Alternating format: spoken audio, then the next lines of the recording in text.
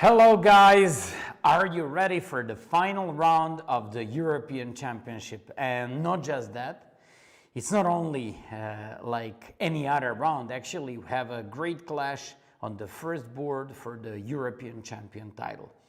Alexei Sarana playing white against Kirill Shevchenko playing black. So the game already started. I'm gonna talk about standings a little bit later. Also, we're gonna have some guests today, but all about these things a little bit later. Let's take a look at the game because this is like decisive game and it is definitely going to decide the European title.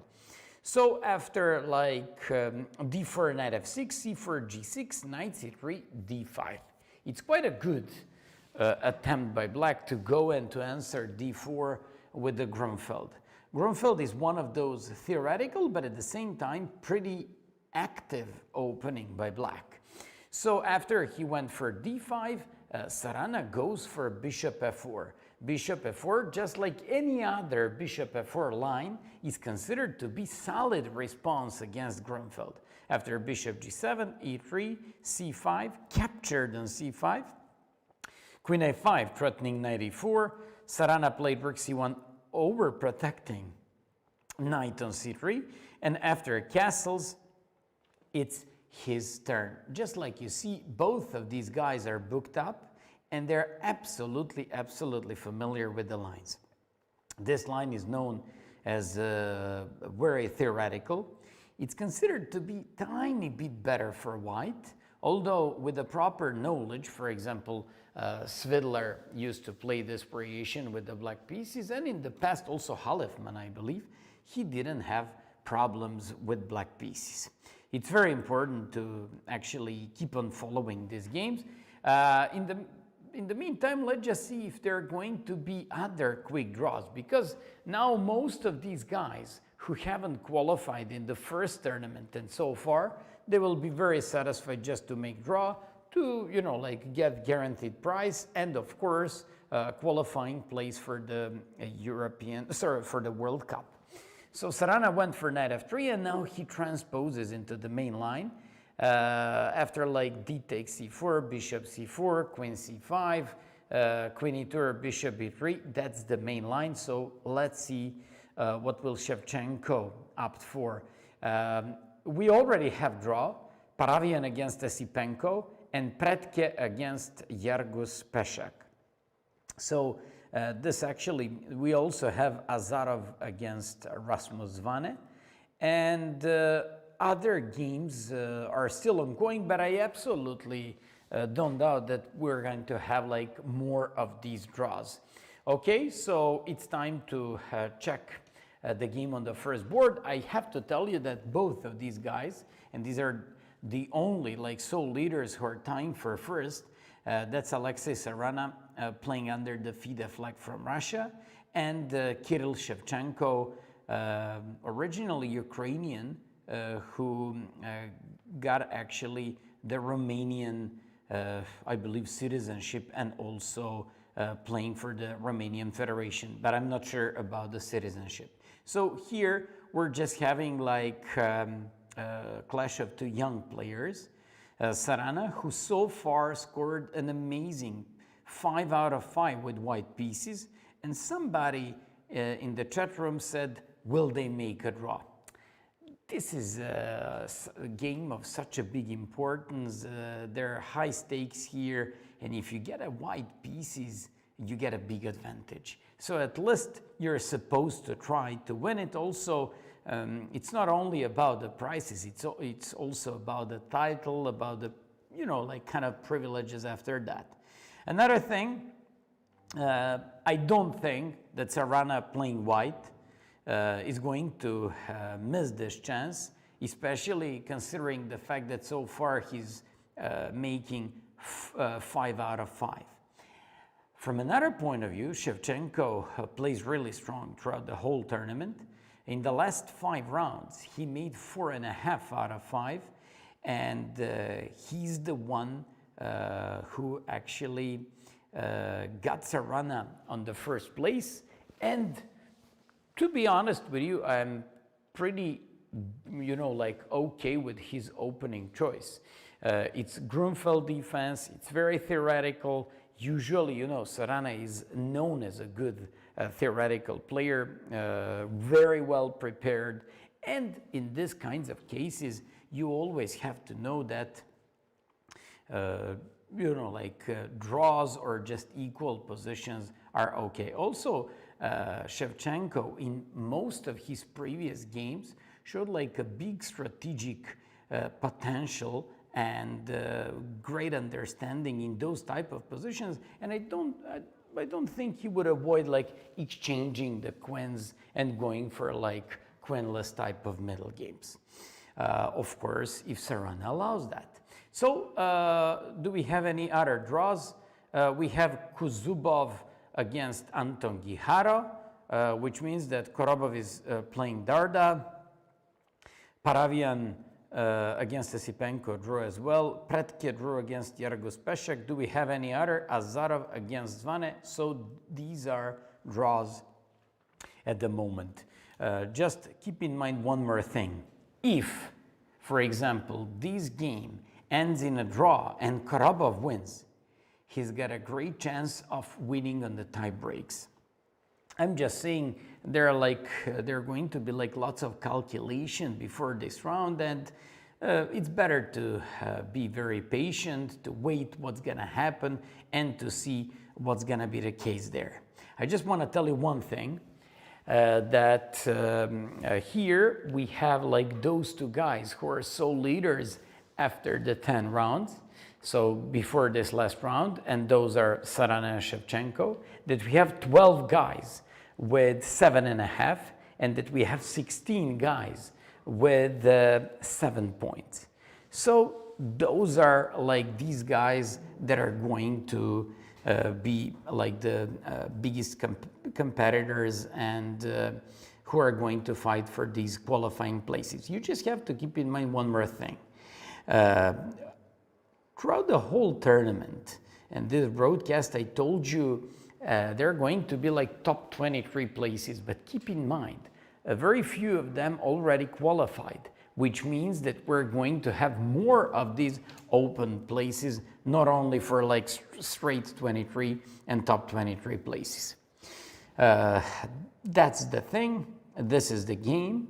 It's Grunfeld variation, bishop f4. It just transposed into the variation with the fourth move, knight f3, followed by bishop f4.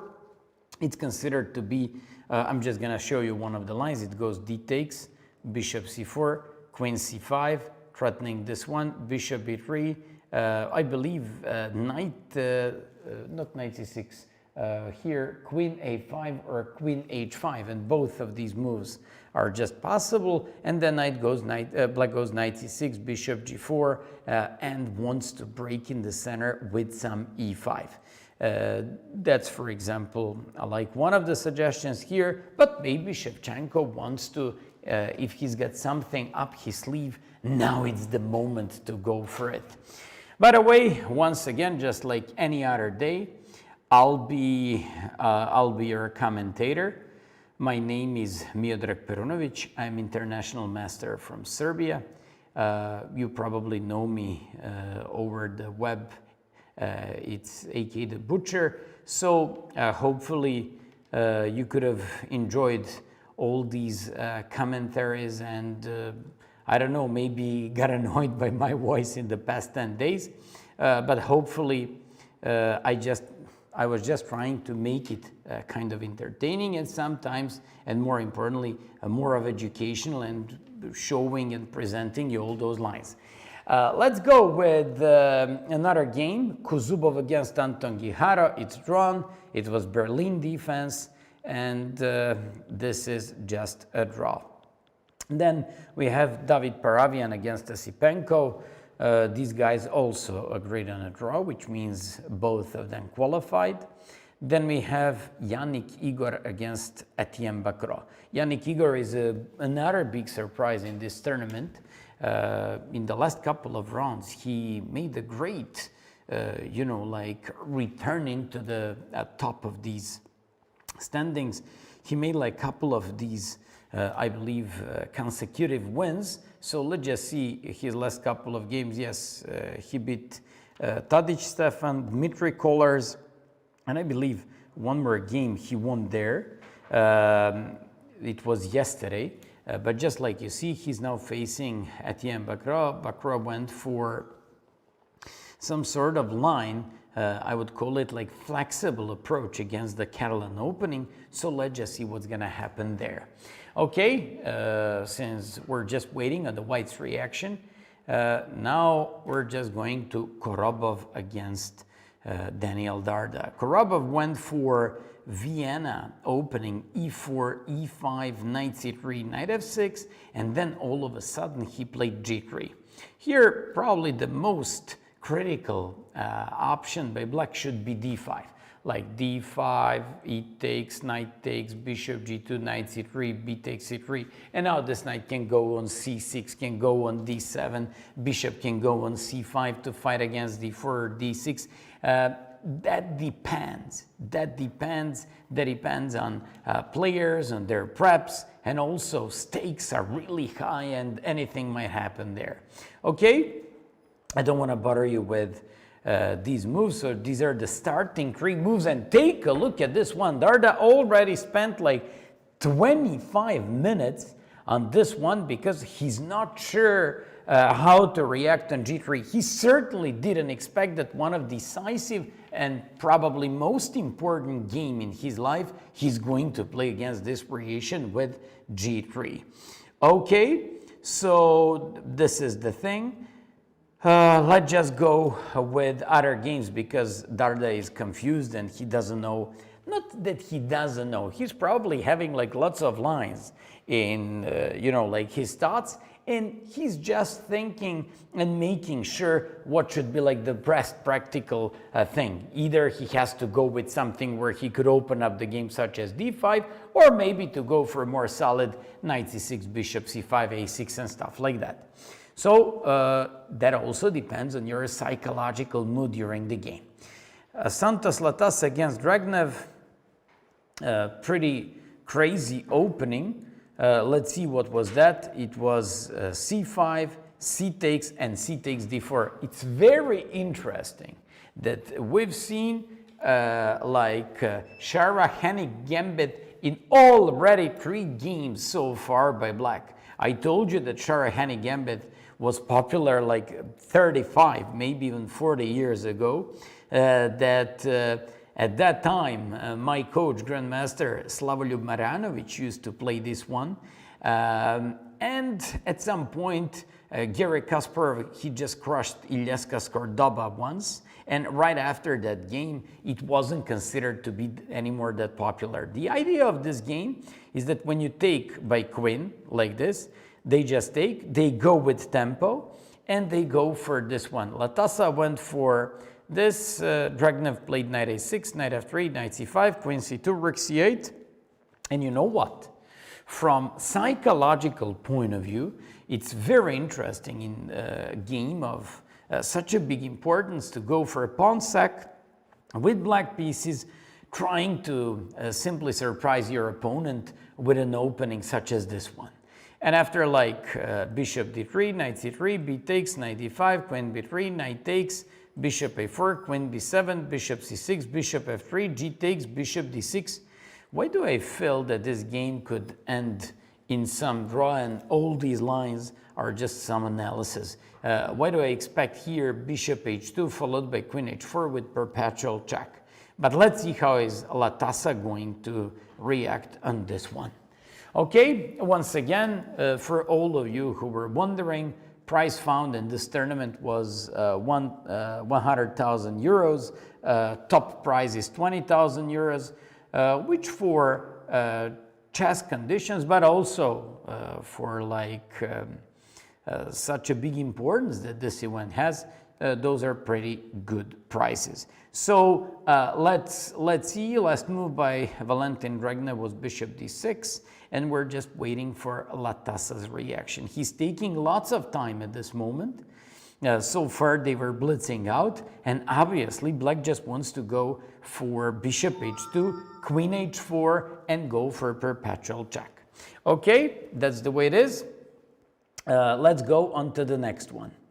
Next game is going to be Korkolos against Nguyen.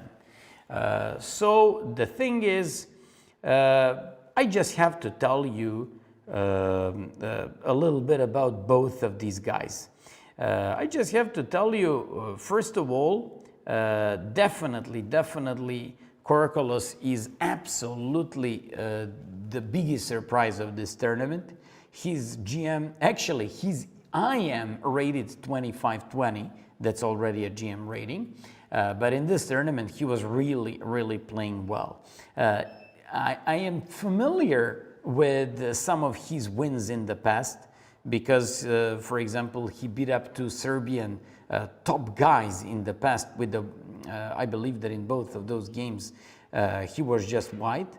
No, in one game he was black, but the thing is, it's not that, you know, like, it's not that I wasn't familiar with some of his results or good games in the past, although in this tournament he definitely went even above his, you know, like capacity, because an IM 25-20 with the performance of 27-50, amazing for him. He qualified for the World Cup, and that is going to be very challenging to see this very creative, great guy playing in the World Cup.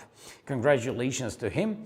Other guy, Nguyen, he's been playing very solid, very good, absolutely stable all the time, positions either slightly better or at least equal. He fully deserved his place in the World Cup, and he absolutely and fully deserved this qualification spot. Also, you just have to keep in mind that Nguyen is going up regarding his rating. Last time when I saw this guy, he was like 26-15 or something like that.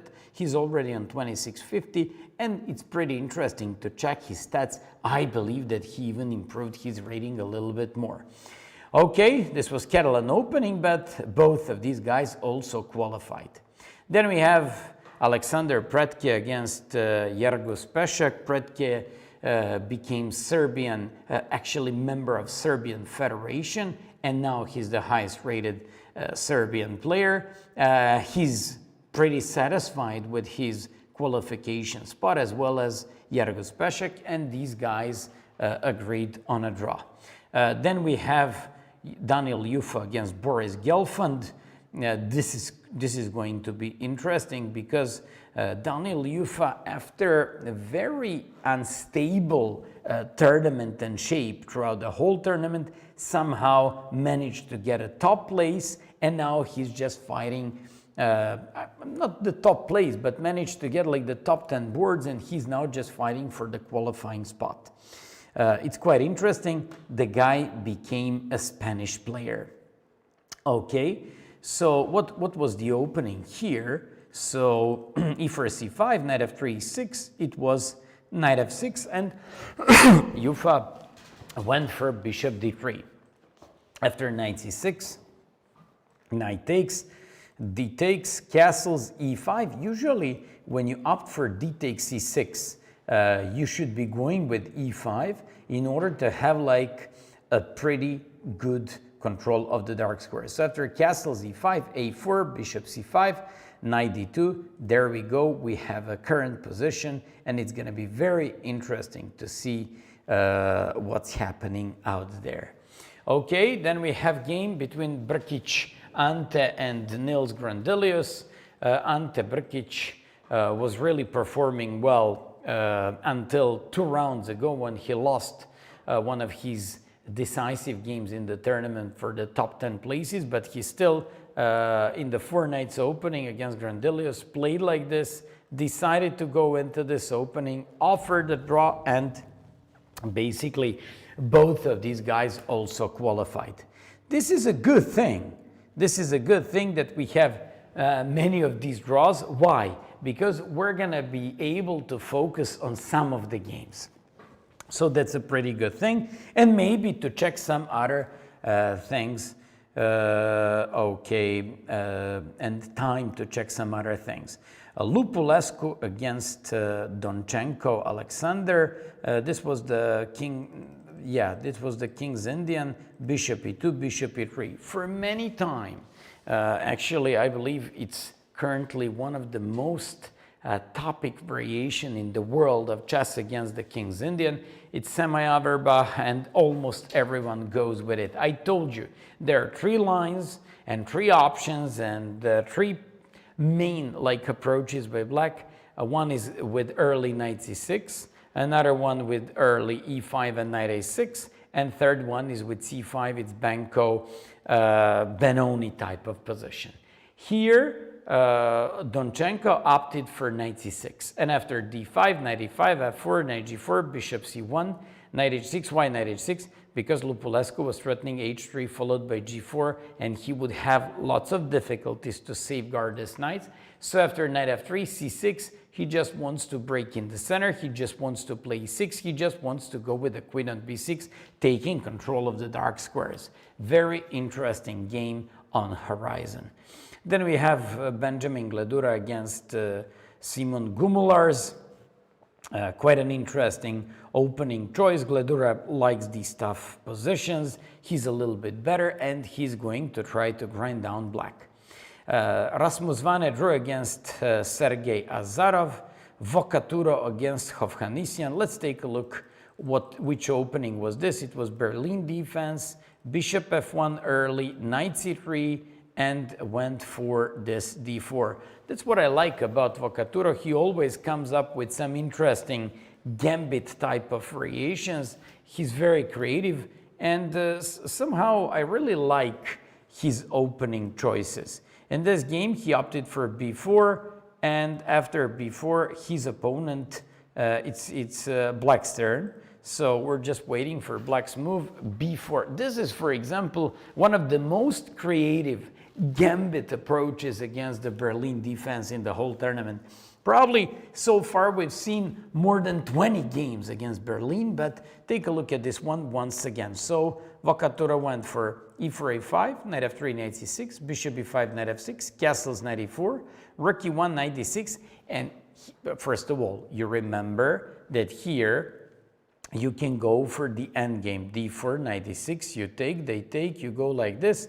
And then we had quite a big number of games where the only guy who managed to win with white pieces was Kuparadze in one of his games.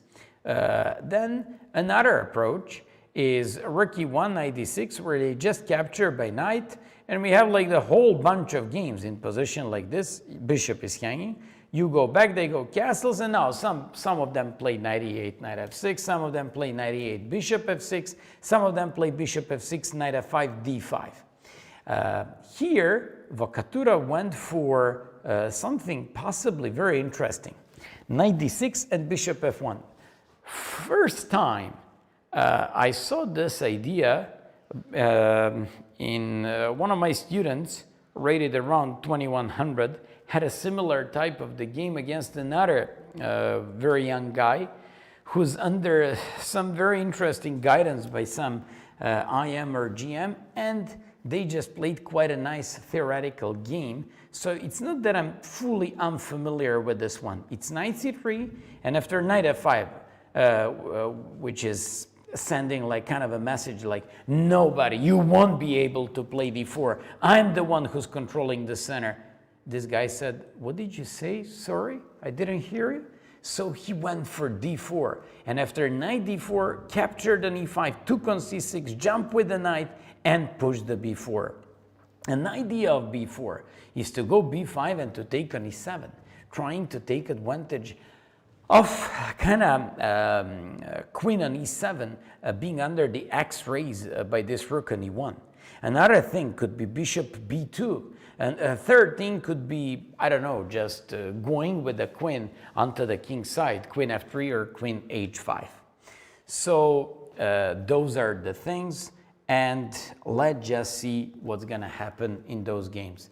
By the way, to all of you who just sent me messages of support and how you liked my work, thanks so much for all those things. I would really like to thank to the email of the guy who sent it to me and who taught me how to say word derby. So I believe I just pronounced it properly. Alex von der Becke, thanks so much, and I appreciate your nice feedback.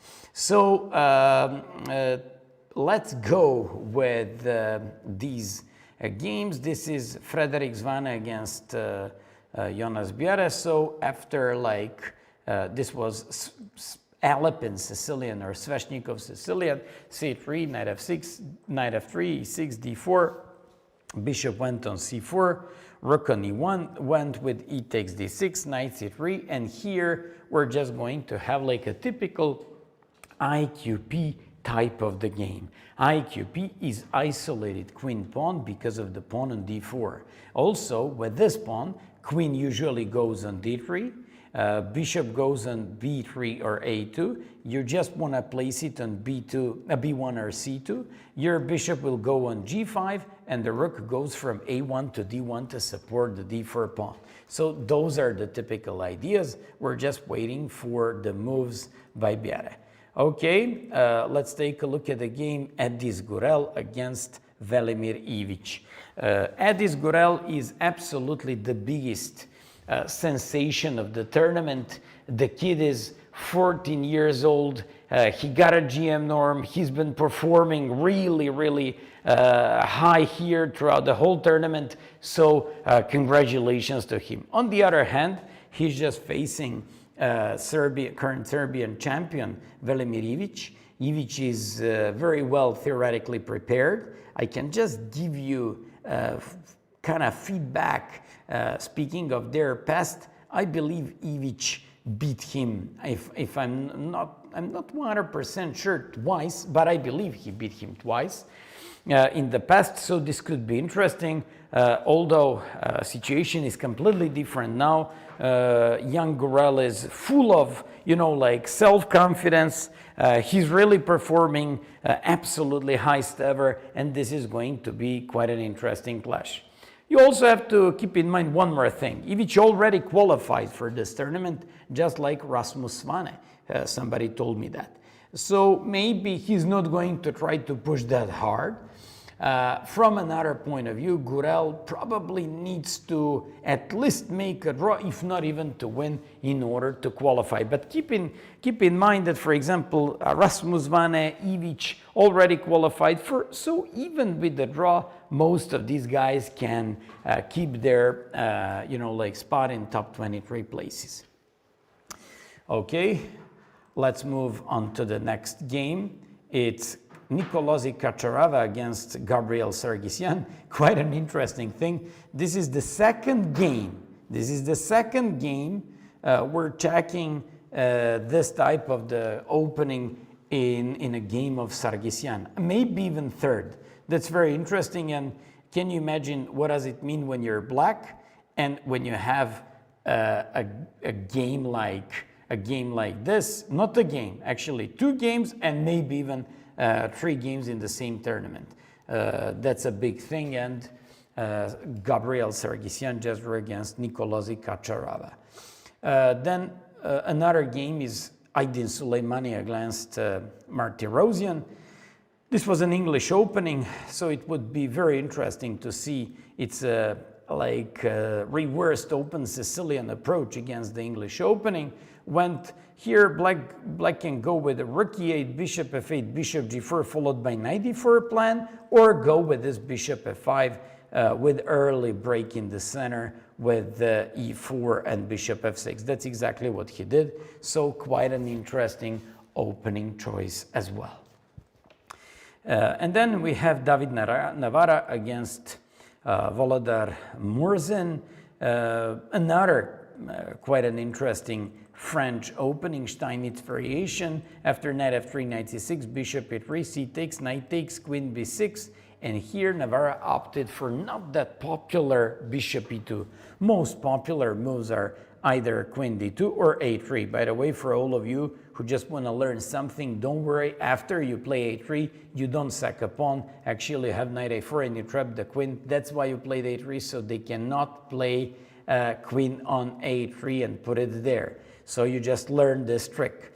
Although the most popular line is queen d2, queen b2, rook b1, queen a3, bishop b5, and for many last years, Nakamura has been using this line with the black pieces, also, for example, Bluebaum from Germany, and they're just performing really well. We'll see what's going to happen in this game, and this is what we have to follow in today's games. So these are like the top 20 boards. Let's just take a look at 3 more games, actually 5 more games, top 25 boards, because Kobori against Wojtaszek they drew, Ivan Šarić looking for his full point against Adam Kozak. So this just went like e4, a5, knight f3, bishop b5, knight f6, d3, bishop c5, and after c3, castles, castles, d5, knight bd2. So he's ready for a long-lasting battle and fight against kind of Rai Lopez type of position, or even some Tory attack type of positions for white and black. Then we have a game between Vasily Ivanchuk. I really feel bad not to somehow got Ivanchuk here, especially after yesterday's game, because it was a fantastic thing to have him after yesterday's, you know, like to analyze for us yesterday's game, but somehow he just very fast disappeared from the playing hole and we couldn't catch him in time. Otherwise, it would be a real pleasure to analyze that masterpiece of the dark squares that he made just yesterday's. Okay, so this was like Queen's Gambit Orthodox with the bishop f4. All these moves are more or less classic, and this is one of the classic Queen's Gambit Orthodox bishop f4 positions. Moritzi against Cheparinov.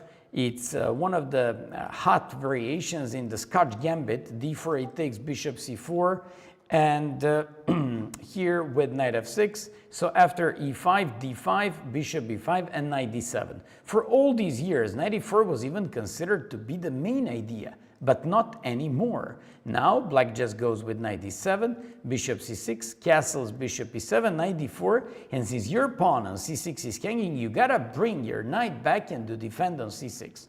After knight c3, castles, queen f3, idea of a5 is to have rook a6, and at some point when you play c5, not to allow them, for example, imagine if you played c5 now, they can take, and if you take, they give check and win the rook. So that's the point of a5. When you play a5, it's white's turn here, he played bishop f4, he goes rook a6. Now he wants to go with c5, and you wouldn't have a possibility of knight d5 next game. So this is the way to go, and we just have Ponomarev against Shabanik. It's a typical Sicilian 3 knights with the knight c3 variation. Not. So it looks like that variation, but here they just went with, Ponomarev went for Rosalima.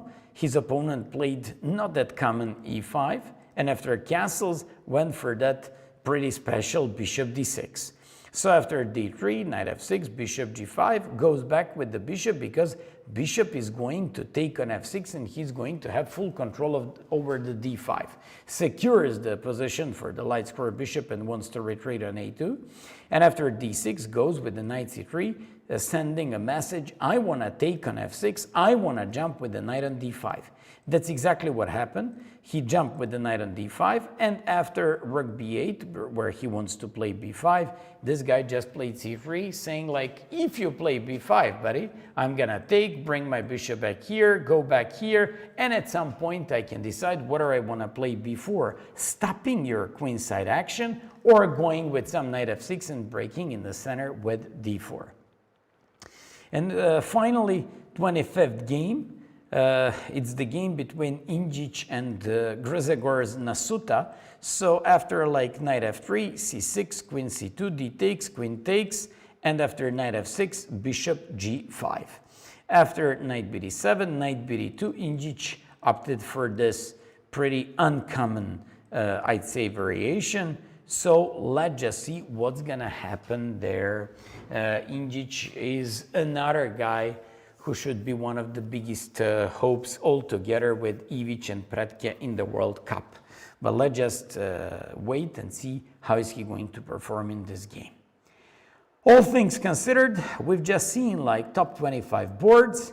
Hope that you're just going to enjoy in the broadcast of these games, and that's the way it is. So this is the thing. We just have to go with other games. We're about to get a special guest.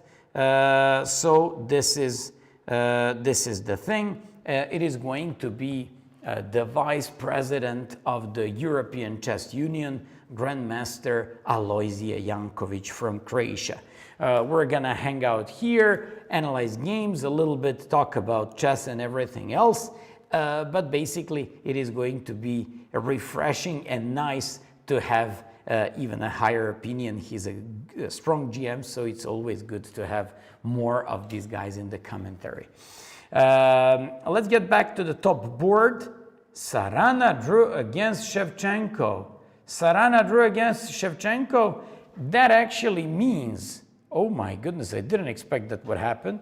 So that actually means they both secured 20 and 15,000 euros as top prizes. And also, they're just going to, and we're just have to wait for the winner of this tournament decided on tie breaks. That also means that if Korobov manages to beat up Darda, he might be in as one of the main, contenders or candidates for that top place. So that's very interesting. Okay, so Sarana drew against Shevchenko. I was expecting, he played Queen A4, and you see, he just opted for a calm game. He's the one who offered the draw, and that basically means that he didn't want to take any unnecessary risks.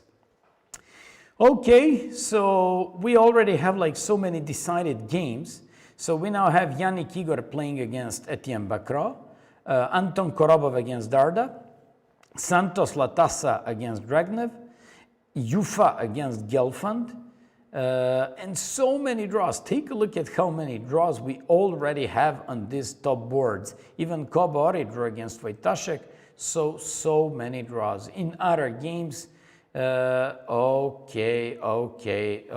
So we have, we're going to follow 4th, 5th, 6th board, and also 9th board on top 10 boards. So 4 games on top 10 boards, and we're going to have like another 7 games on the rest of those 10 boards. Quite an interesting. So we're going to have out of 20 top boards only 11 games to follow, which is also pretty good because we can focus more on these games, and from another point of view to just have time to check some other games on lower boards. That's the news here, and that's the way it is. Okay, so we're just waiting for our guest here to come. He's going to come up within a few minutes. In the meantime, I'm just going to carry on analyzing for you these positions. So once again, big news for you. Sarana drew against Shevchenko. So we already have like winners of this tournament. Those are Sarana and Shevchenko, who are tying for first. Will someone join to these guys? That is going to be also interesting to check. Let me just check standings. So Sarana drew against Shevchenko. Those are guys with 8.5. Kuzubov drew against Anton Gihara. They ended up their tournament on 8 points. Then we have Paravian against Sipenko on 8. Then we have games that are ongoing. Yannick against Bacrot, Korobov against Darda, and Santos Latassa against Dragnev.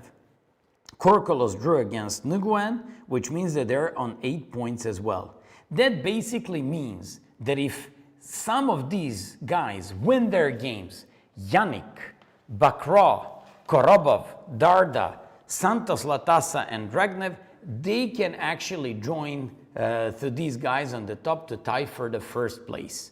So we'll just have to be patient. We won't guess, we won't predict anything. We're just going to wait for the results on these boards. Let's get back to the game of Etienne Bakra.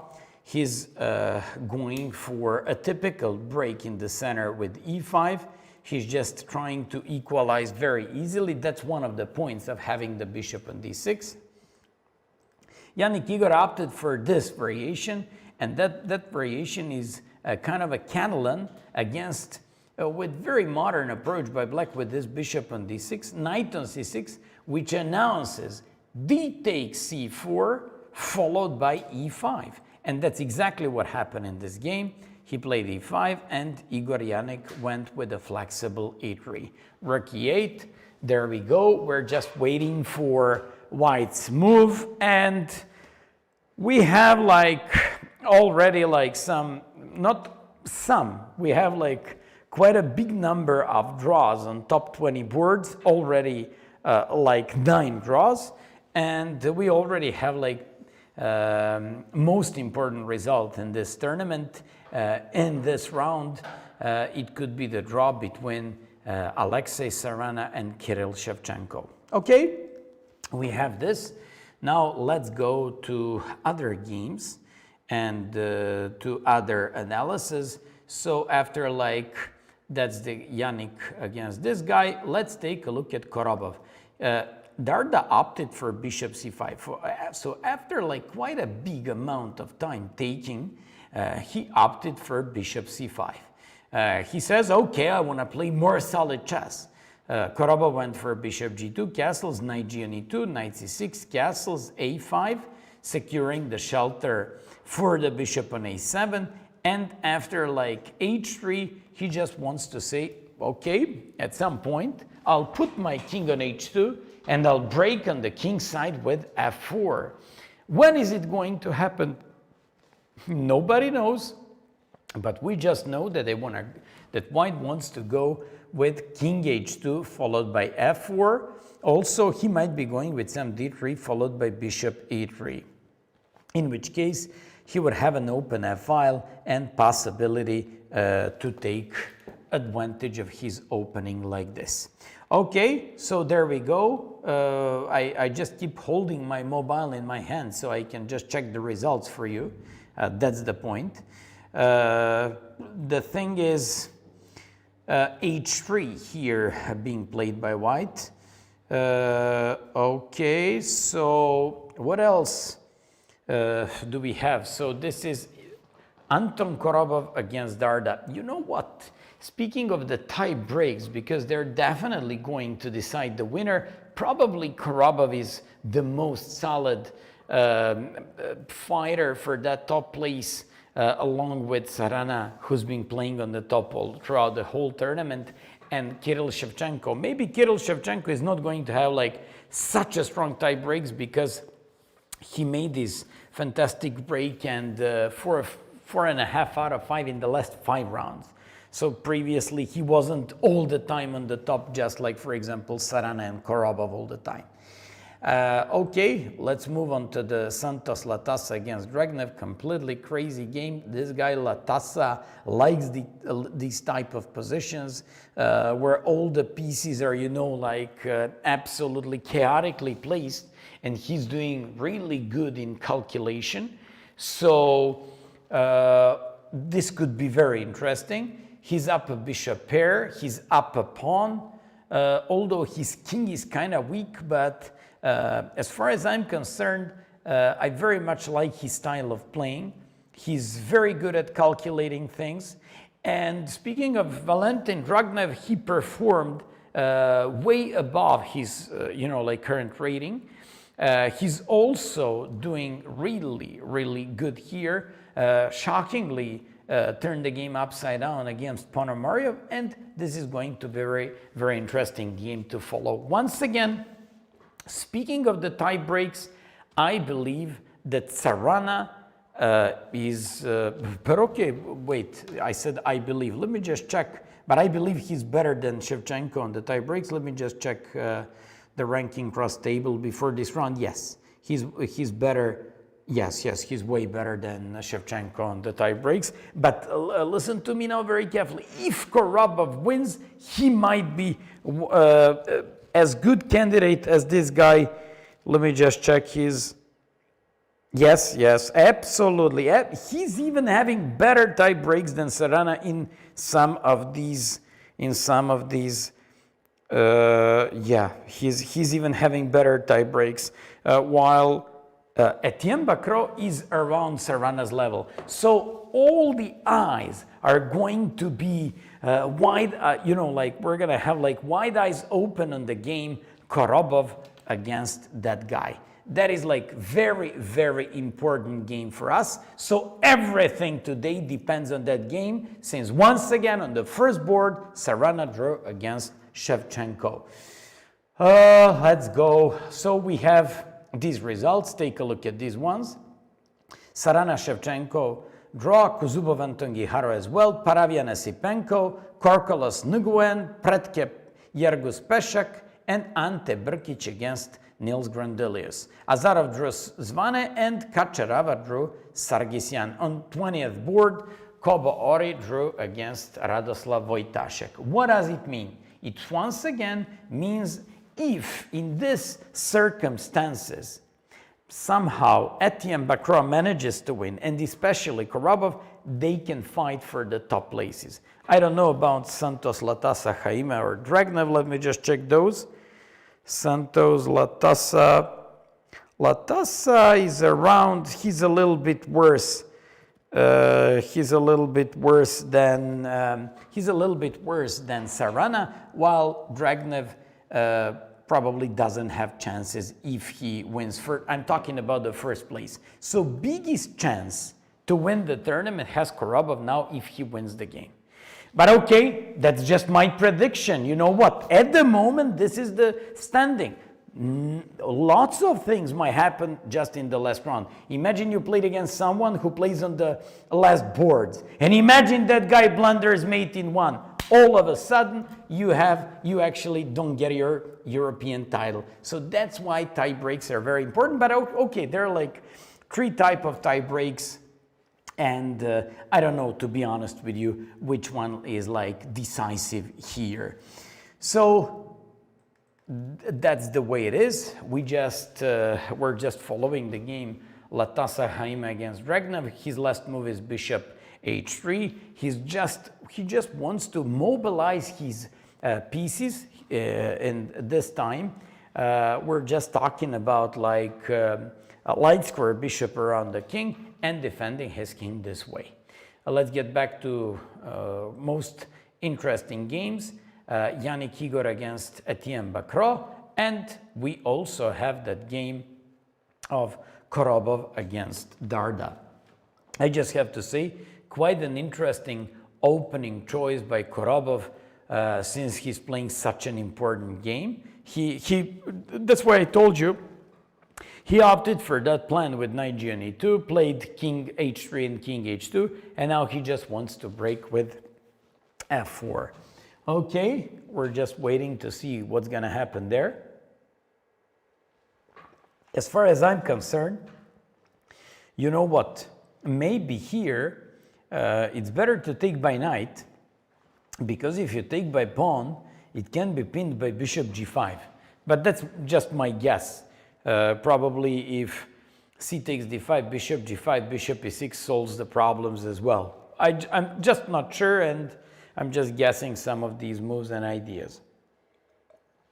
A bad thing by taking the knight on d5 could be that white can just jump with the knight into the center and break with f4 no matter what.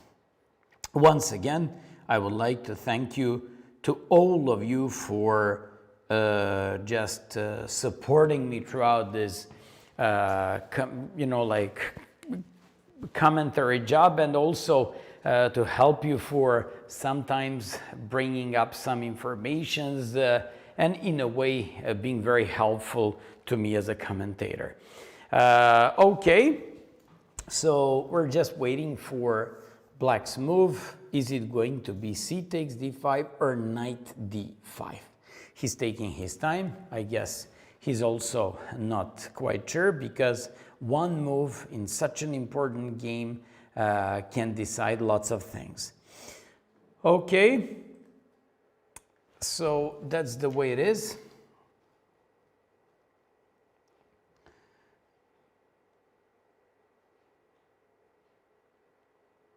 Thanks, Zealandon, for your kind words. Okay, so let's just take a look what's gonna happen there. E takes d5. We either have to see knight takes d5 or c takes d5. Okay.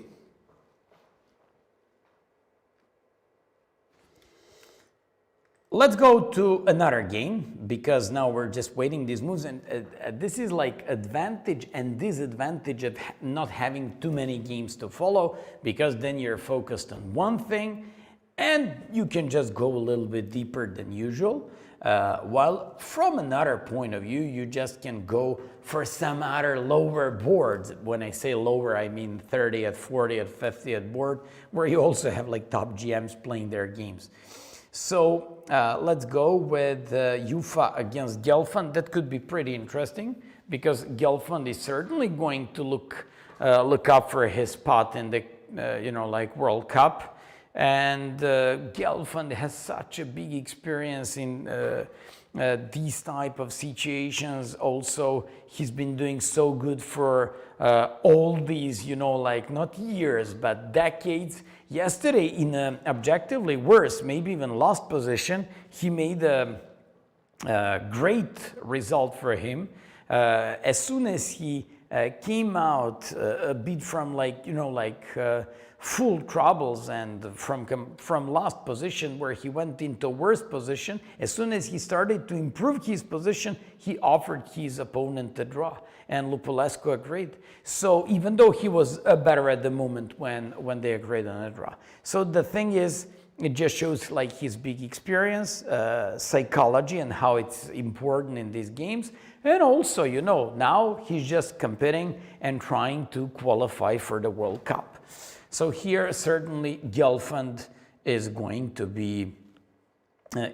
have an advantage. Keep in mind, also, he's been playing really well. Probably that game yesterday, he just went for the wrong plan, but throughout the whole tournament, he was really, really convincing and good. And which we cannot say the same for Daniel Ufa. He's been suffering in some games, lost some games. I believe that, what do we have there? Yes, he had actually 2 losses in 3rd and 4th round against Marius Fromm and Bennett Hagner. He lost to German guys and German FMs. That's quite an interesting thing. GM lost to 2 German FMs in the 3rd and 4th round. Okay, what else do we have there? Lupulescu against Donchenko. This is going to be a game with a shaky center for white and many weaknesses in white's game. On the other hand, Donchenko has his bad knight on h6 as well, so those are the pros and cons of this position. White has problems because he's got exposed pawn structure. Black has problems with the knight on h6. I played this line once in my life. I played against GM who plays here, I believe, Stremavicius from Lithuania, and I was winning in that game, but somehow he tricked me and I lost. The thing is, this position is very interesting to play with the black pieces and always full of interesting tactical possibilities. Okay, Gledura against Gumulars, very equal type of the game. Does this mean that Gledura is going to satisfy himself with the draw here, because d takes e5 is the only move, queen d2, bishop d2, and there we go. This is like very equal type of the game. Okay, So we're gonna have like a guest here. It's Grandmaster Alojzije Jankovic from Croatia, Vice President of the European Chess Union, well-experienced, strong GM, and a good friend of mine. Let's welcome this guy. He was a commentator. Hey, hi guys. Welcome. How are you doing? We're doing great, analyzing all these games, and you just came here. How do you like it? Yes, I'm here for the first time in this beautiful place. Of course, European Championship, last round. What do you want more?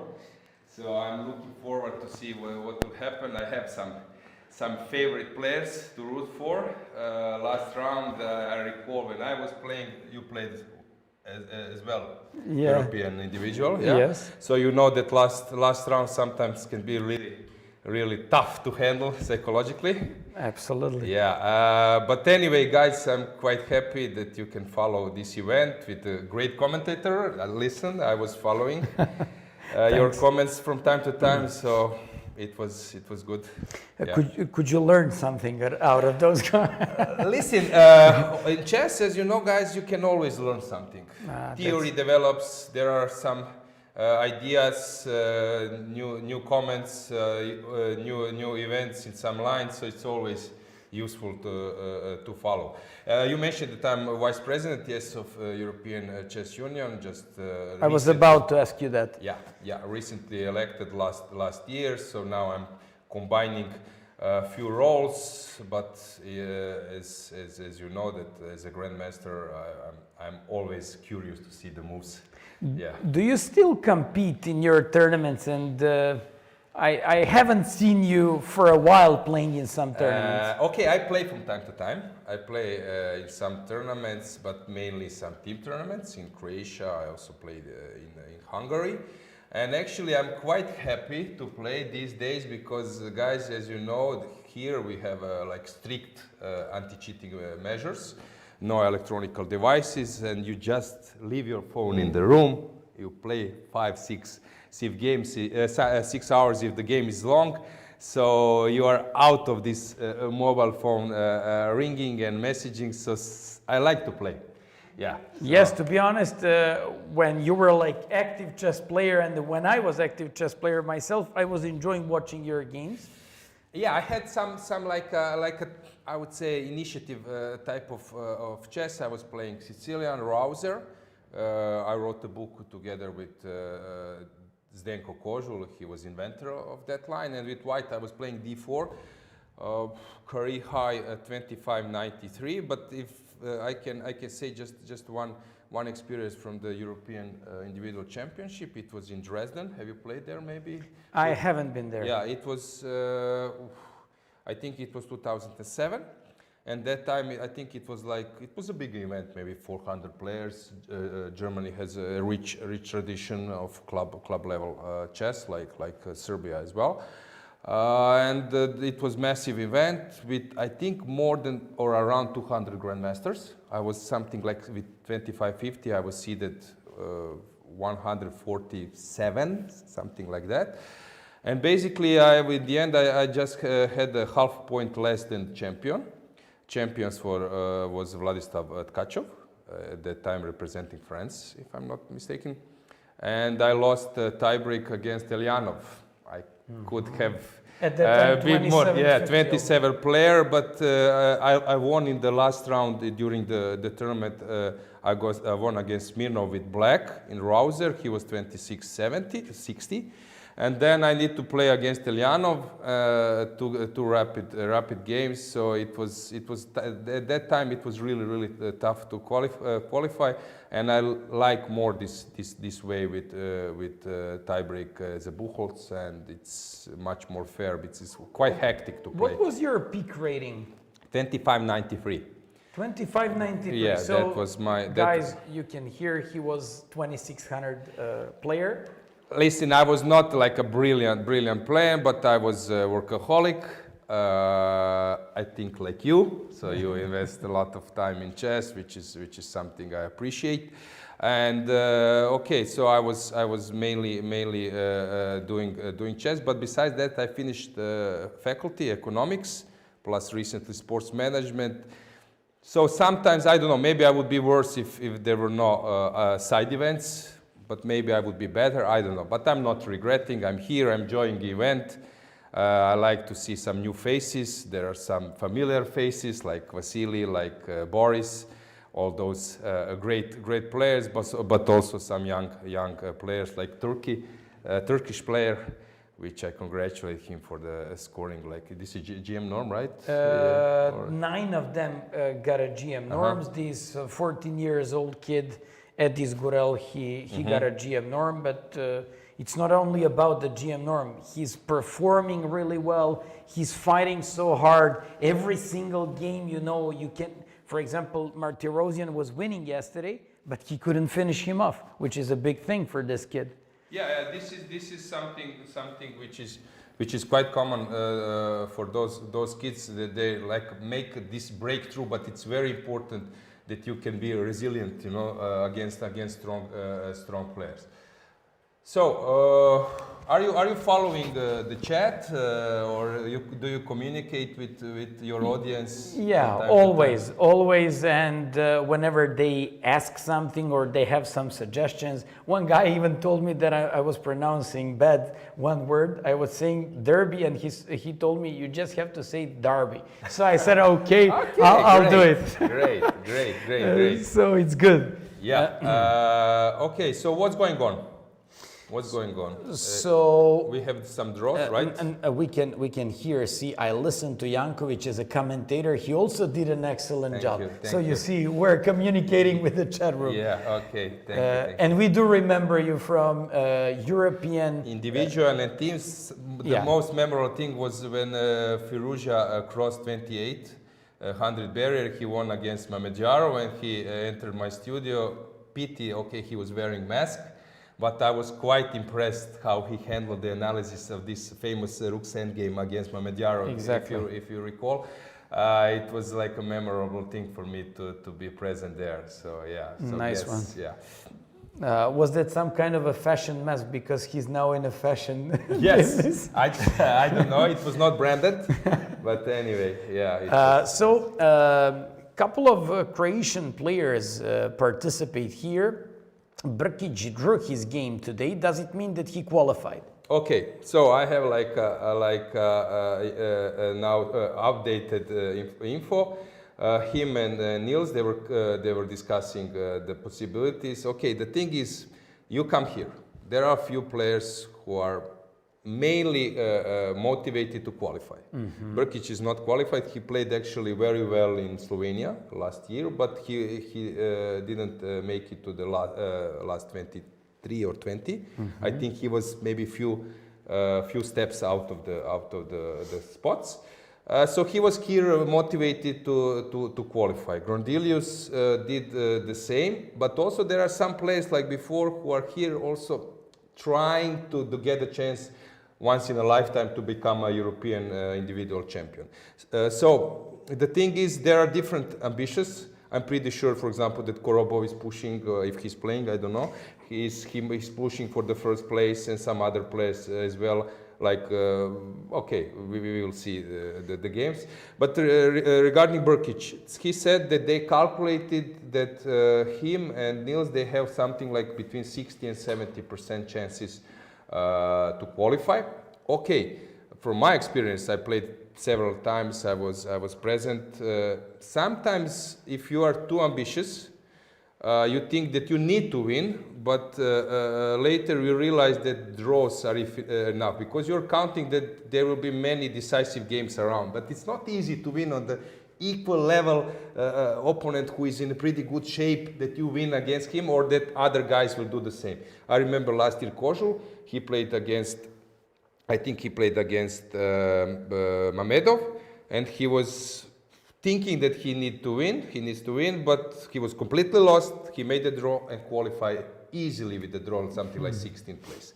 So probably those guys are thinking that qualification spot is enough. But there is one funny story.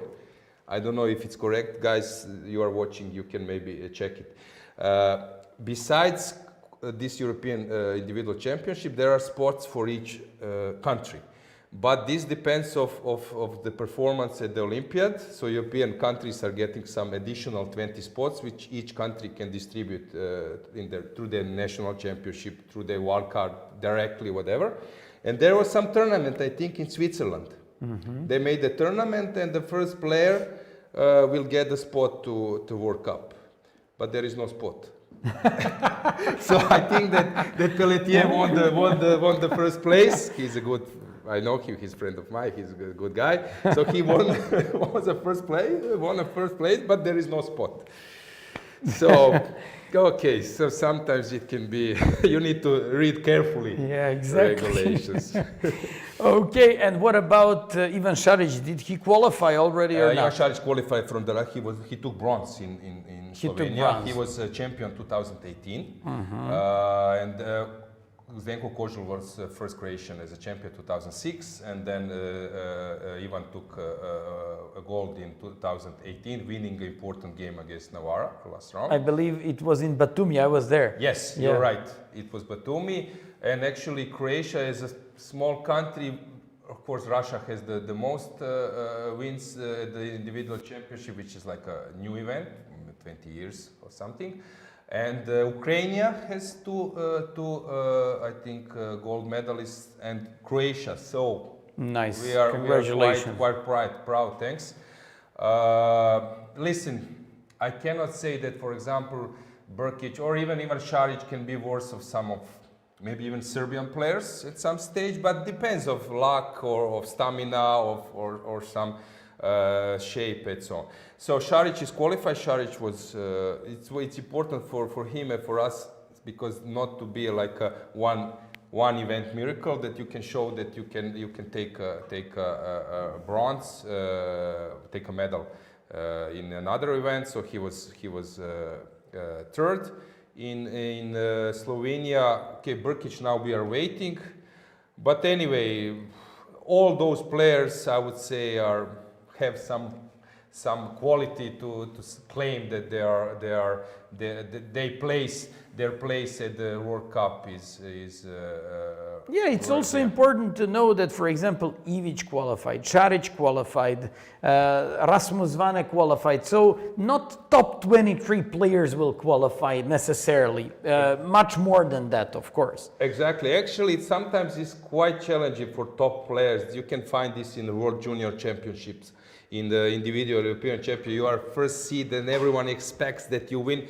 But it's the difference between top 40-50 players. It's not so huge. So it's not easy to claim a first place. And actually, if you put here or before, if you put players like Leko, or for example, who was a player who is playing some solid chess. It's not easy in open tournament to win the event. You need to have like a sharp style to take some risk. So even the top, players, maybe like 27, 50, would struggle to win the event. Exactly. So you constantly have to keep showing like your stamina, as you said, and strength. But now I see that you put the position of my good friend, Etienne Bacro. I'm quite happy to see that he's performing well. He was, of course, as you guys know, he was a coach of MVL. They were working a lot, but I think recently they stopped, if I'm not mistaken. So Etienne is back to business. He's back playing. to business, and he actually went back to play first move E4. He's been D4 player for all these years, and it was very refreshing watching his games with E4. He's fully theoretically prepared, and he's really performing. Do you know his contract? After how many years he can start playing novelties from MVL? No, I'm joking. I don't know. Maybe he could do it immediately. I thought you would reveal that. No, but Etienne actually played a very strong game against Brkić. He won, and actually he played like a close to perfect game. So of course it was very difficult game, and it's the only loss by Brkić in that game. Yeah. Korobov, if he wins this game, looks like he's gonna have the best tie breaks. Yeah, so Daniel is like a very ambitious young player. I know that he was working with Ivan Sokolov, because Ivan was also doing coaching, except Netherlands in Belgium. I know that Daniel was playing recently, I think, some Cambridge tournament where Mickey Adams won the event. He's playing some leagues, and well, if I'm not mistaken, even he played in Bosnian League, which is a neighbor country. So a lot of events. Now 26-10, as you know, you have in Serbia, you have some players who were at that rating. It's not easy to jump to elite. Ivan Šarić got closer, but it's not easy to break to 2700. Yeah, it's not easy. So this is 26-10, can mean something, but is also far away from top. Yeah. Absolutely. So, but okay, from another point of view, we have Korobov, who's been really doing good throughout the whole tournament, and then lost that one game against Sarana. But I wanted to ask you something else. How many pupils you have in this event? Former, current, more than 10? More than 10, for sure. I didn't count, but I have I have a big number of students. Denis Kadrić. Yes. Actually, I don't even. Maybe. How do you feel when this is sometimes tricky, that you want to follow your place? You're emotionally connected with probably many of them still. Yes. That's my temper. I usually cannot hide that, and I usually support my students, even if they're past, because they're all good friends of mine, and of course somehow you always cheer up for them. So yeah, I know that you're successful as a coach as well. We both have YouTube. Yes, channel.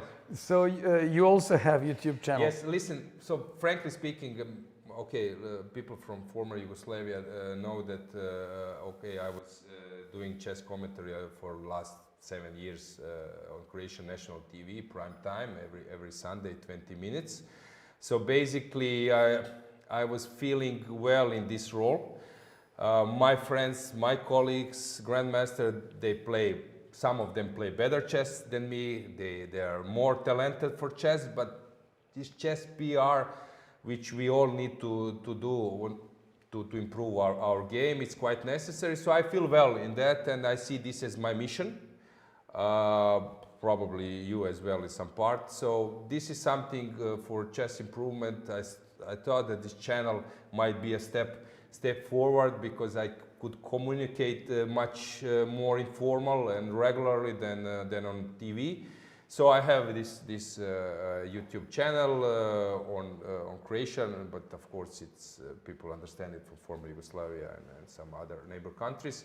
So I have I think 12,000 subscribers, but slowly I'm doing some contact, and basically this is what I like. This way to promote chess. Now in few weeks I will organize second VIP chess charity tournament in Croatia, where the first one former country president plays, some minister, athlete, sportsman. Nice. I know that your student, if he's watching now, I don't know what is now the time in US, in Los Angeles. We're gonna send him greetings. Yes, greetings to Dejan. So I know that you are also connected with some known public persons who like to play chess, which I think it's very important that we bring them to our game. Yeah, it's very important. I even have some famous guys, but I have to hide their identity. Unfortunately, one of these guys is very popular in the world, but he just wants to keep himself secret. Okay. From another point of view, you just brought up one interesting thing. You said that's your mission, and that's also my mission. And necessarily being a GM, IM, sometimes even FM doesn't have to be. You need to be charismatic, and that's important. And that's, for example, what you have, what others, some of just very few guys have in order to promote this game. Yeah, my colleagues sometimes just ask me, okay, we are ready, don't put us in the first rows, but we are ready to support. So they're a bit shy, but they know, they're aware that this is important, that I can count on them. But as I told you, it's not easy to stand in front of the cameras. Exactly. It's not easy to do the broadcast when you need to speak for an hour or more. So this is this is quite important, but without that, we cannot approach like a broader audience. Listen, I'm really I'm believer in chess. I really on every level. If we are selling some useless product, of course, this enthusiasm won't be so high as in the case of chess. So I love the game. I like to spread the game and all the community. So basically, but I'm quite optimistic that in future it will just grow, and basically numbers of this event are telling a lot about chess future. Yeah, right? 484 numbers. Previously, the record was in Rijeka in Croatia. Croatia, yeah, 2010. So basically, people are eager to play. We have a lot of people watching the games. So yeah, chess future is bright, right? Speaking of your obligations as vice president of European Chess Union, can you tell us? Yeah, I was elected last year. There was an assembly in Thessaloniki in Greece. So I was elected in the first bailout by the almost 75% of European countries gave me support. So I have a feeling that they recognize this enthusiasm, and as I told you, those few things I would like to emphasize in my role. European Chess Union is quite open association with a lot of commissions which are doing a great job. So my feeling is that that in future European chess will improve even more. But of course, it's not the idea to become a member and just sit on your role. I think it's very important that we open some new doors, and it's quite important that we have different type of persons in board. So next step is ECU board meeting will take place in Greece on island Rhodes. So usually it's like a brainstorming of a lot of ideas. Recently there was this European Cities Championship, which was online. Actually, frankly speaking, I was a bit skeptical that, you know, these days people are maybe eager to play over the board, face-to-face chess. Pandemic is behind us, but in general, this is a tool how to connect some distant cities, and there was like a massive participation with a good, bright future, and some photos and pictures were really nice of different venues around the Europe.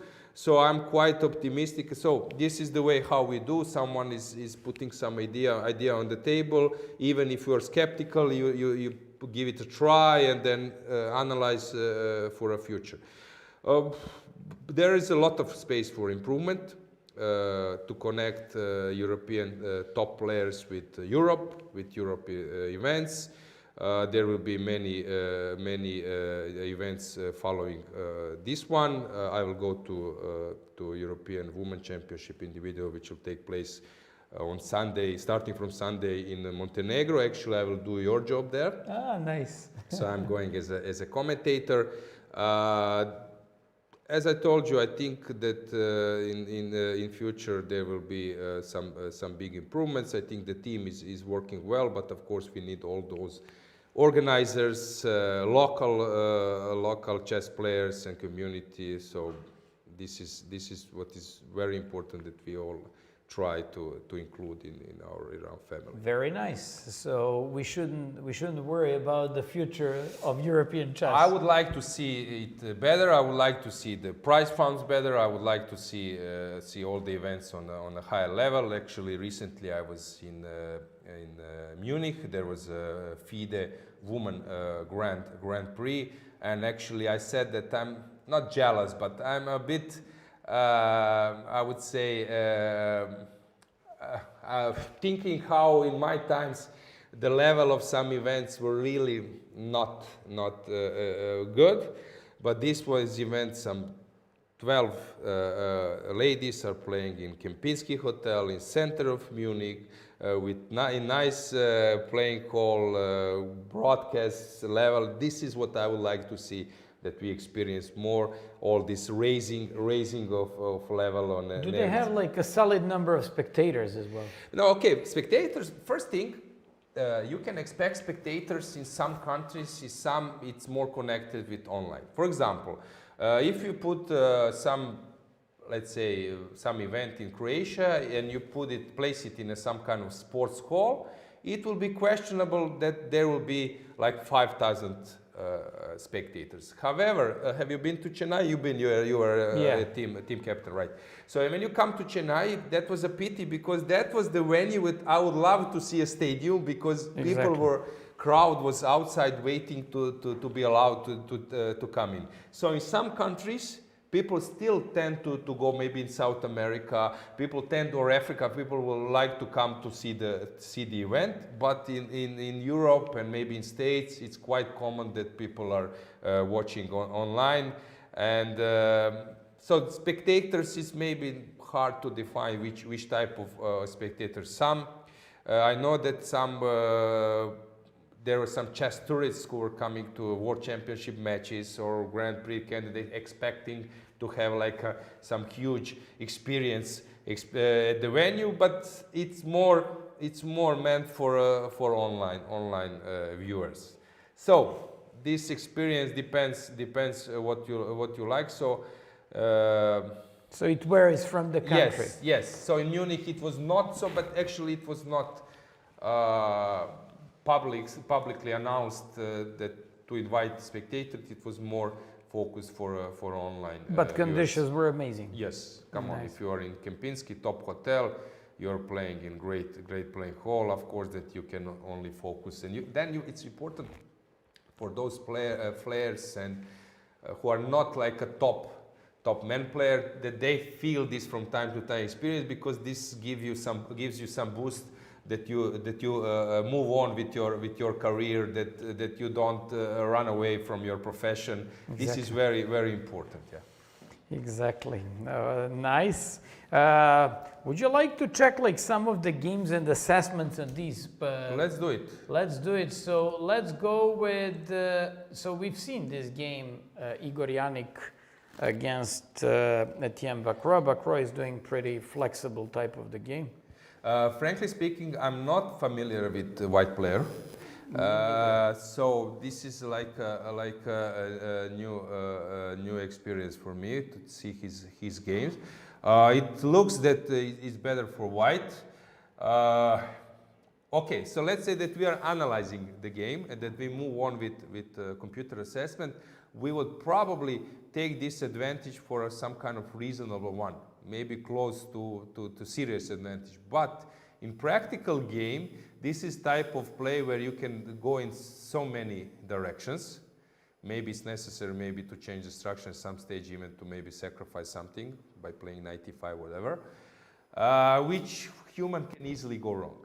Mm-hmm. So Etienne is playing rook b8, so he's probably preparing at some stage maybe to transfer the knight to e7 maybe, and then to count on b6 at some stage. White normal move is now to develop the bishop, f4, e3. Yeah, bishop d5 f4. Is also a move to calculate. Is d5 getting somewhere? Maybe just like you said, bishop f4 in order to prepare d5, not to allow this guy to play knight e5. Yeah, if we let Etienne play g5 on bishop f4, it might be a move as well. Mm-hmm. It might be a move. I would prefer white, but the thing is, white cannot squeeze black here. So white need to keep his advantage with some strong play. This would okay, for example, if I would need to choose a player from this event to give him white pieces here, probably Vasily Ivanchuk would be one of top 3 choices. Sargsyan, it's not his type of position. No, definitely. Yeah, so even if he's top, it's not easy to say whom to choose. Korobov can be a good choice in this type of position. Yeah. Or the guy whose interview had in your commentary, it's Firuzia. He likes this type of game. But okay, you're talking about yes, exactly. Exactly. Etienne knows how to defend. Actually, he sometimes underestimated as a defensive player.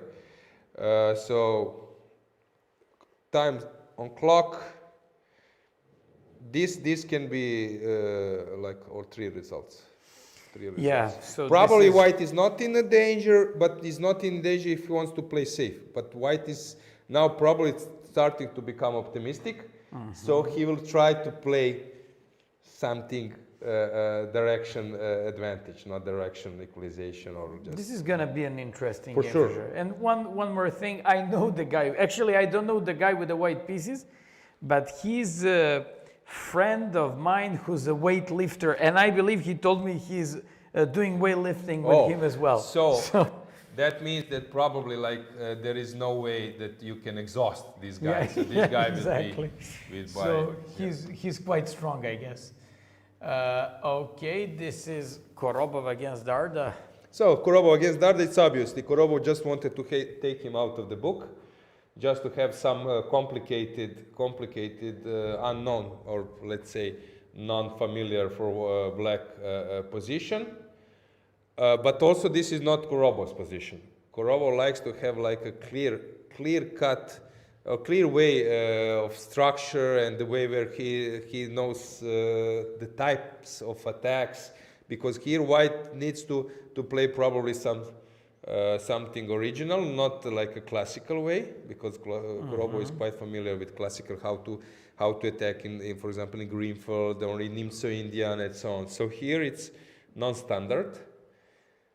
It doesn't feel that black is worse at all, but he will put some challenges for black to push e4, not to push e4. It's unusual type of the game. With that king on h2, it always could be kind of shaky. Yes, okay, White has some idea to play g4, knight g3, and then trying to launch an attack. This is quite obvious. I like this possibility for black, that is rook a6. That at some stage this rook, because bishop, I don't know if you're putting some colors or not. We don't have those arrows, unfortunately. Yeah, okay, never mind. So rook a6, bishop will stay on c8. This is Botvinnik's style, because Botvinnik was sometimes using his bishops while standing on initial square, because bishop can work as a long piece. And then this rook a6. Rook a6 is a great idea. Yeah, at some and stage, knight g4 is threatened. Yes, at some stage this will be very important. Rook a6 followed by an immediate threat. Knight g4, h takes, rook h6, king g1, knight e2 is mate. Great, or knight f3, right? Or knight f3. Yeah, but this is what I'm giving advice to my students, because I'm also doing coaching from time to time. So basically, creating threats. How can you win against your opponent? If you're not placing problems, if you're not creating threats, your opponent is cracking under this pressure. You need to know how to create pressure. So always the difference between me and maybe you, between Carson, Nakamura, Mamedjarov, they are constantly creating pressure, creating threats. And what the most important thing is to put pressure on your opponent, because then your opponent makes some mistake, and then people say, silly mistake. But you were sending this energy by pressuring, then suddenly your opponent's that's a great advice. So constantly keep creating threats, so your opponent could crack finally under them. Yeah, that's a great point. This is very interesting position. That's very and probably no draw on horizon. Yeah. Probably not draw, and this is going to be a pretty crazy game. Yeah. This is some kind of analysis. It was a Slav defense. It was Shara Hennig Gambit. Yeah, and for the third or fourth time in this tournament, we saw this Gambit. That's very interesting. So it was like everyone is playing this. Queen a4, queen d4, capturing, queen goes to b4. So I analyzed this, go back just a few moves. So I analyzed this for Ivan Sokolov. He played instead of bishop d7. So Ivan Sokolov, I can say it now. He was playing 1 year Vaikanze.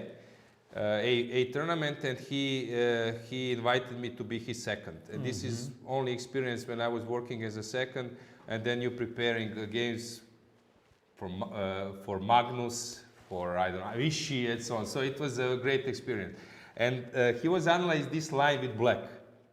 So he gave me some inputs. I was analyzing the guys, and actually there was one funny thing. So I was working a lot, and suddenly my laptop went off, and I needed to check just one position left. He was playing first round against Van Gaal, and he was white, and Van Gaal was at that time playing slab defense, Greenfield, King's Indian, and Nimzo. And only thing I didn't check was Nimzo.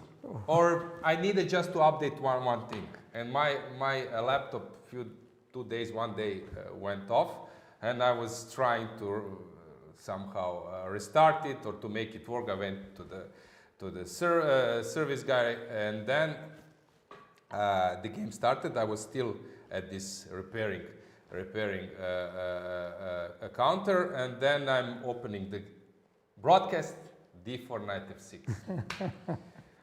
d4 knight f6, and then I think it was c4, or maybe I didn't check King's Indian, and then knight f6. I said King's Indian, and then c4 e6, and then I was happy. And that was this event when Ivan said that if he doesn't kill himself, he will live for 1,000 years. When he was completely winning against Nakamura.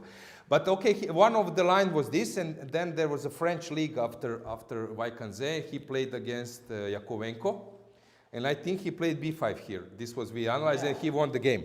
So yeah, so this was something we worked together. Of course, computer says immediately that this is complete bullshit, but okay, bullshit is when you are armed with an engine. When you are first time in the game seeing this move, then it's not bullshit. Yeah, we know about the system, and b5 is very interesting. So it was 2000, maybe 10, 11 or something like this when we analyzed this. But okay, then bishop d7 become as a main. B5 move. is very creative idea, so I like that as proposal. Thanks for that. So let's see. You see, knight a6, knight f3, knight c5, and this guy went with knight e4, knight takes a3, knight e5, queen b3, and here after bishop a4, queen b7. He was happy after bishop c6, bishop f3. He was looking for bishop h2 here, bishop f5. Bishop h2, king h2, queen h4, bishop h3, also threatening that rook, f4, looking for some perpetual check, bringing his bishop around the king. So it's completely new type of game. Yeah, okay. Jaime was playing Tournament of Peace. Actually, this was tournament which was re-established before in 70s. Bobby Fischer played it, and some other top guys like Viktor Korchnoi, Smislov, and so on. And last year I helped and we invited Jaime. And actually his style, I was checking a bit his style and his game. His style is, he's ready to play some new lines, but not like a long forcing line. So this is, for me, it's a little bit surprise. And he was playing some off-bet lines with white c4. You can check his game. Sometimes he can prepare. He prepares some French defense, whatever, but not a long forcing line. So this is the first time when I see that in his games there is this like a long line. He's of course a member of their national team as I think third board or something like this. So he's getting more important games in his career. But anyway, this is like a new type of play from his side. Regarding this gambit, it's quite important. Sometimes you play a gambit, and you tend to forget that your opponent can give you back his pawn. Yeah. Because you have this strategy. I have initiative. I'm pawn down, and the guy is pawn up, and he's defending. Suddenly he gives you back the pawn and getting initiative back, and in that role you are not feeling so well. So, but here I think there was 3 or 4 times different. They were changing roles. Now black is Black is attacking, or who is attacking? It's hard to say. You're right. I don't Now know. black is actually down. Okay, he's attacking, but look at this. Is he threatening here, for example, bishop f4? Okay, he's threatening to win the bishop, but if bishop g2, can he take? This is typical. Can This he is take something. like this? Also, one thing. Your pawn down. This is what I had like with Gaevsky. This was one of my the worst loss. So I was playing in Capella Grande in French. That was huge, massive. That was huge, massive. Have you been played? I've never been there. Yeah, that was a massive open tournament, 500 players, more than 100 GMs. And actually, I was leading after 5 rounds, 5 out of 5. Then I lost against Leon Noyos, who was the second of Vichy of Vasily Ivanchuk. I won against Krivoruchko, made the draw against Ipatov. Last round I was playing against Gaevsky. And I sacrificed the piece. I was winning, I sacrificed wrongly the piece. But anyway, I was having 2 pawns for a piece. But this, I wanted to get this third pawn to be equal in material. So, and this, I was striving to have it, and suddenly when I achieved it, my position was equal in material, but was in quality was bad. This is same here. You play bishop f4, you recover the pawn, but suddenly you are in some position where white is enjoying like a nice bishop advantage. So this, it's very important that you don't, but of course you want to become equal in material. It's not easy to play the game without a pawn or whatever. So it's important here. I wouldn't play bishop f4 because now I'm coming into some plus equal position. Long-lasting plus for white. Yeah, exactly. That's a good point. So probably black needs to introduce some of his pieces. Maybe g5 is the move, but it looks horrible. But who knows? Probably white has to play bishop g2, right? So if I play bishop, can I play g5? So let's see. Maybe, I don't know. He's taking his time. Does he think of king g2 maybe? It can be a move. To play some rook g1. But then queen g6. Queen g6, king h1. And if queen e4, then I have bishop g2 with tempo. Yes, you're right. So I don't know. But okay, let's say he's gonna, but this makes sense because he wants to also generate his rook and his pieces onto the g file all together with the bishop on b2, right? Yeah, I don't know if black can forget his knight and play rook c5, rook h5. Probably not. By the way, while you do your commentaries, do you use an engine? No, because somehow I was. It's not easy. This temptation to check it and suddenly, and also I don't know, those engines are maybe not fully correct because they are just like a brief information. It's actually, I would advise you that you don't take it into consideration. You will become silly in few positions for sure. They will say this Petzer, he doesn't see that. Yeah, of course. I was Petzer. I was blundering queens, mate in 2, mate in 1, and so on.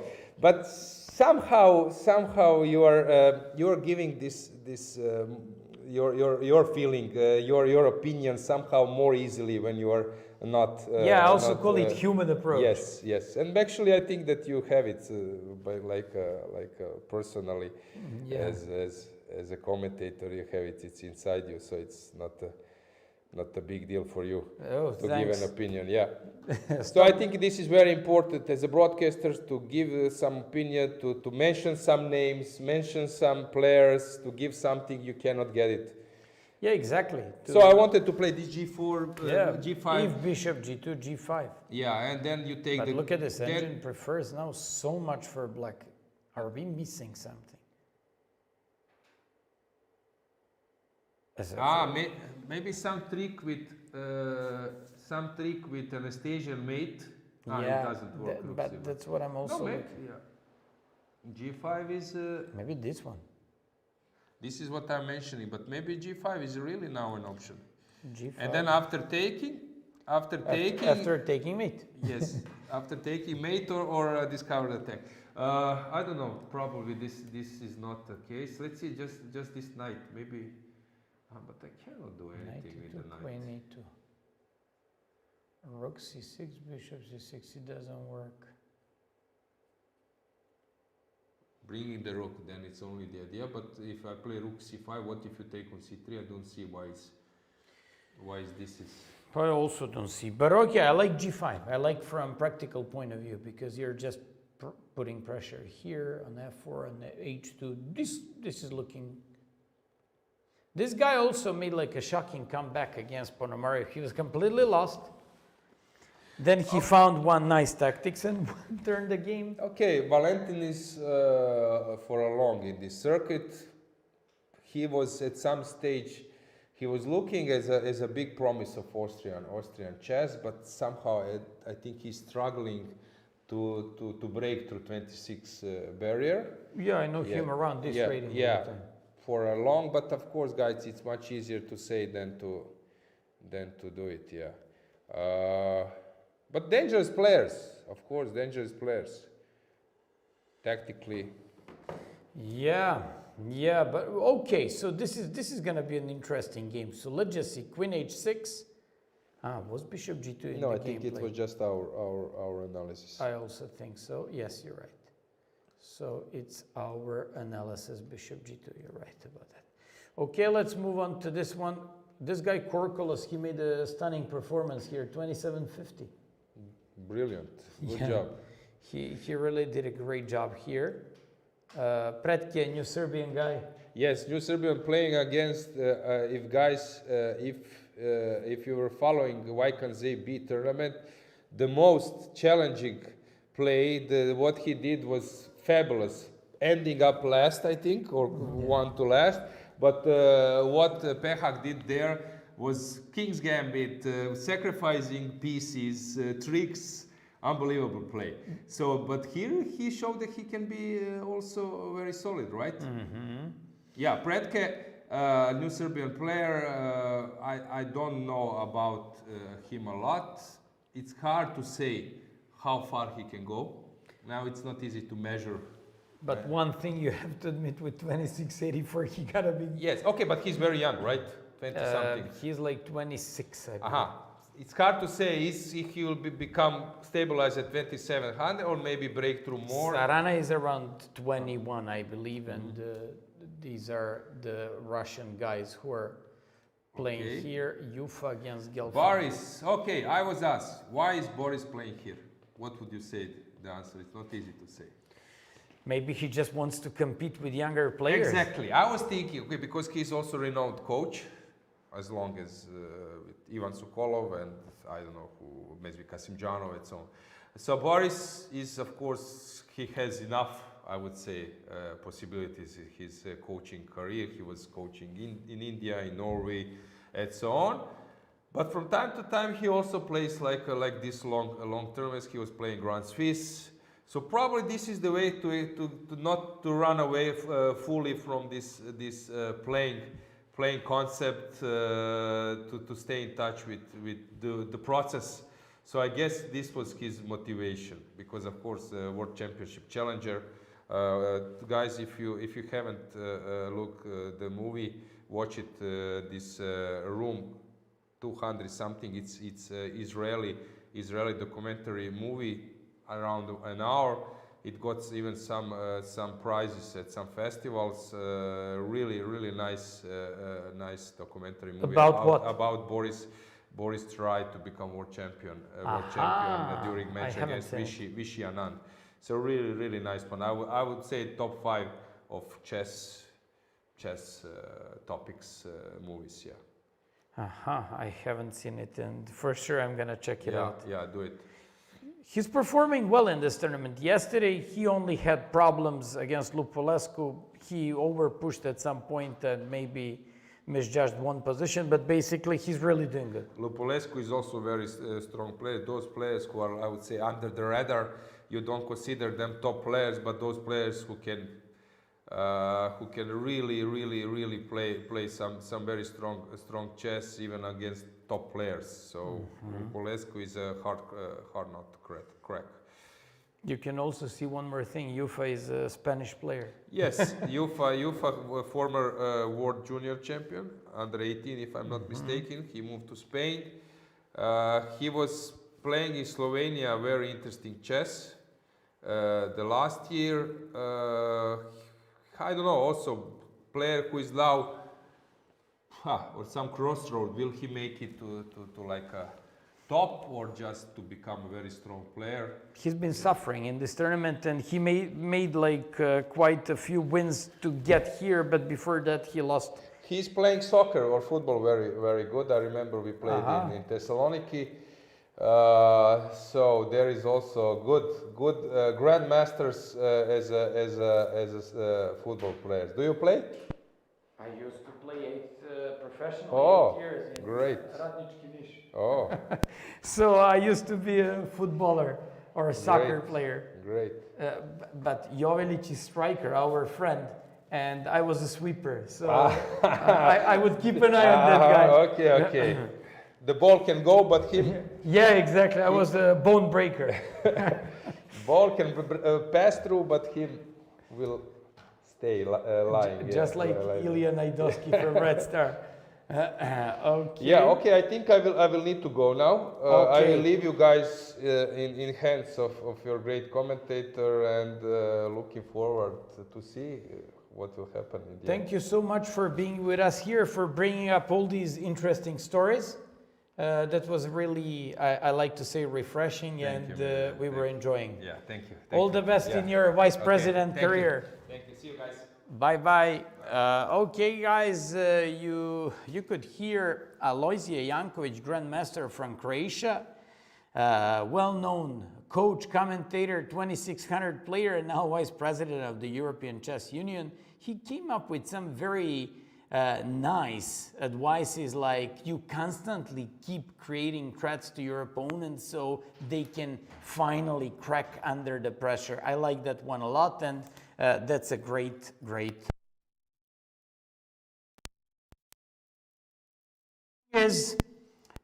here I just announced like absolutely crazy game between Lupulescu and Donchenko, because pawn structure is very shaky. I played once in my chess career position like this, and I just have to say this looks absolutely unclear, even though Engine might like this position very much for white because of space advantage. Gledura Gunlars, it's absolutely equal. Maybe a little bit better for Gledura because of these bishops, but it looks like equal. As far as I'm concerned, Zvane qualified, and here he just proven the fact that he can qualify again. Vocaturo against Hovhannisyan. Vocaturo enjoys the bishop pair, just like I previously said. It's one of the most interesting and most creative attempts by white against the Berlin defense here with the bishop pair. So I very much like white's position, and can you imagine this was Berlin defense by black and boring Rai Lopez there. Then we have Frederick Zvane against Jonas Bjerre-Brul. Take a look at this one. I've been talking about the IQP type of the game, mutual chances. Edis Gurel against Velimir Ivic. You just have to keep in mind my words. I am occasionally Ivic second and coach, and Serbian team captain, and he's also my club mate and great friend. So I know that he already twice beat Edis Gurel, and for a 14 years old kid, that can be very big. Actually, that could be a big thing for Ivic, but also a big problem for Gurel. And Ivic is absolutely doing fine in that position. Aydin Suleymanli against Marty Rosian. It's absolutely unclear type of the game. Then we have Murzin against Navarra against Murzin. Navarra is doing a little bit better. He just applied new idea, and it's okay for white. Wojtaszek drew against Koba Ori. Ivan Šarić is making some sort of positional pressure against Kozak. Kozak is also spending lots of his time. Šarić is, of course, big favorite in this game. You could hear he was the bronze medal bronze medalist in the previous European Championships, so he already qualified no matter what he does in this game. Then we have this Queen d7, Mohammad Muradli played against Vasily Ivanchuk, which is very interesting piece sacrifice, and this could be possibly, I call them crazy games, but this is very interesting one. And we also have Maurizio Marc-André against Ivan Ceperino, where I definitely enjoy, I'm willing to say I enjoy bishop pair and somehow dynamically black's position, although you just have to know I've been playing these positions with black pieces. Somehow you have problems with your pawns. So it's not easy, even if you play rook g6, how to organize the action there. And finally, we have Ponomarev against Šebenik Matej. It's a little bit better game for Ponomarev. He's enjoying these kinds of space and positional advantages. It is a little bit better for sure.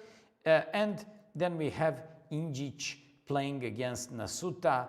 Injic is having a bit of a problems with getting advantages with the white pieces with d4 in this tournament. Looks like he just has to become more of like creative with his d4 openings and to look up for some interesting ways and paths of and ways of finding like advantages in certain openings.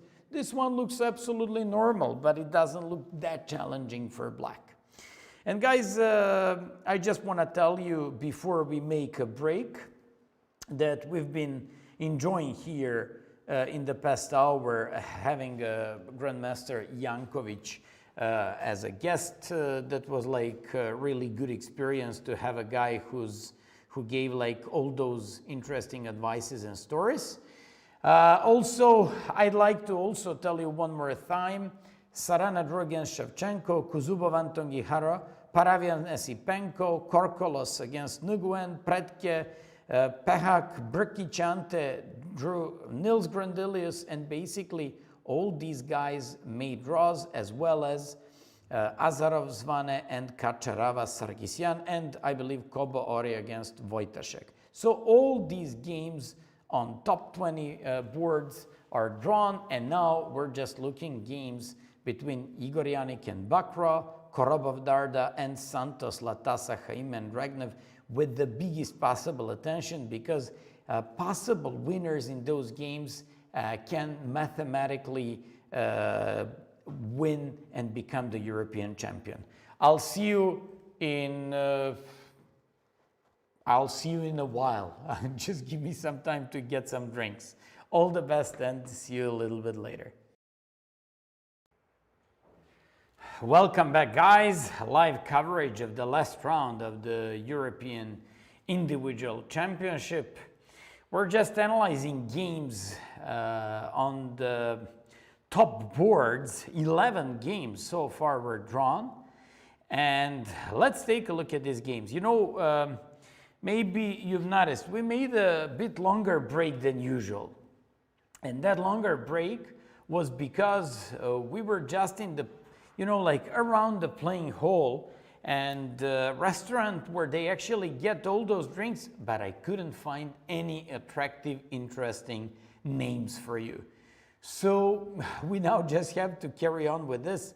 I was expecting some really, really nice and attractive names, but nothing there. Okay, let's just go with the moves from these games. So Korobov, so we don't get the updates. Don't tell me that we once again have problems with the games and updates there. So I'm just updating now. No, yes. So actually we haven't updated things. So let's just go with this. The first game that we're checking here is game between Korobov and Darda. Things radically changed. And what's happening there? Thanks, Mathematic. I appreciate your words. So let's go with this. We've seen this Vienna opening by Korobov, then knight g2, castles, then went with h3, d3, king h2, took on d5, played f4, and after this captured, played d4, solidified himself, took on f6, and got into a little bit better position like this. An interesting thing could be, what if queen h6? I guess bishop b5, a takes b5, queen b5 could be a possible continuation. Although I prefer a little bit more the light square bishop in comparison to the dark square bishop. So maybe a bit better game for Korobov here. Don't forget, Korobov has to win if he wants to win this championship. Then Jaime Latasa Santos playing white against Valentin Dragnev. He's up a pawn, although opposite color bishops. He has some practical chances to push here, but it's going to be very difficult. Then we have Daniel Yufa against Boris Gelfand. Boris Gelfand is absolutely solid here. His bishop is doing a great job defending his king. And I definitely have to notice that here black is doing a little bit better. So Boris Gelfand has absolutely solid position. Ante Brkic drew against Nils Grandelius. Okay, we just spoke, and he's been doing some gym and running, so it's a pretty good thing. He's preparing himself for the World Cup. Lupulescu against Donchenko. So 6 pawns for Lupulescu, 6 pawns for Donchenko, but Donchenko has open e-file, fantastic knight on f5, and amazing bishop on g7. Also queen on d8 is doing great, possibly can come. On the h-file, on h4, black is better. Black is better. I told you that, in my opinion, that knight c6 line is one of the most annoying against semi-Averbach against the King's Indian. That's the line, if you're wondering. It's this one that became, from recently, most popular against the King's Indian. So if you're looking for a good, interesting lines playing black, this is system for you, bishop e2 and bishop e3. Donchenko is better, and he's pushing hard, trying to win this one. Benjamin Gladura against Gumular's Simon, looking absolutely drawish. Pawn on a2 is hanging, pawn on b2 is hanging, pawn on e2 is hanging. So absolutely any move could be very close to equalizing, but okay, maybe Gladura is up a pawn, and that gives him some tempo and maybe some tiny bit better practical chance, but this is drawn. Then we have, this game was drawn, Vokatur against Hovhannisyan.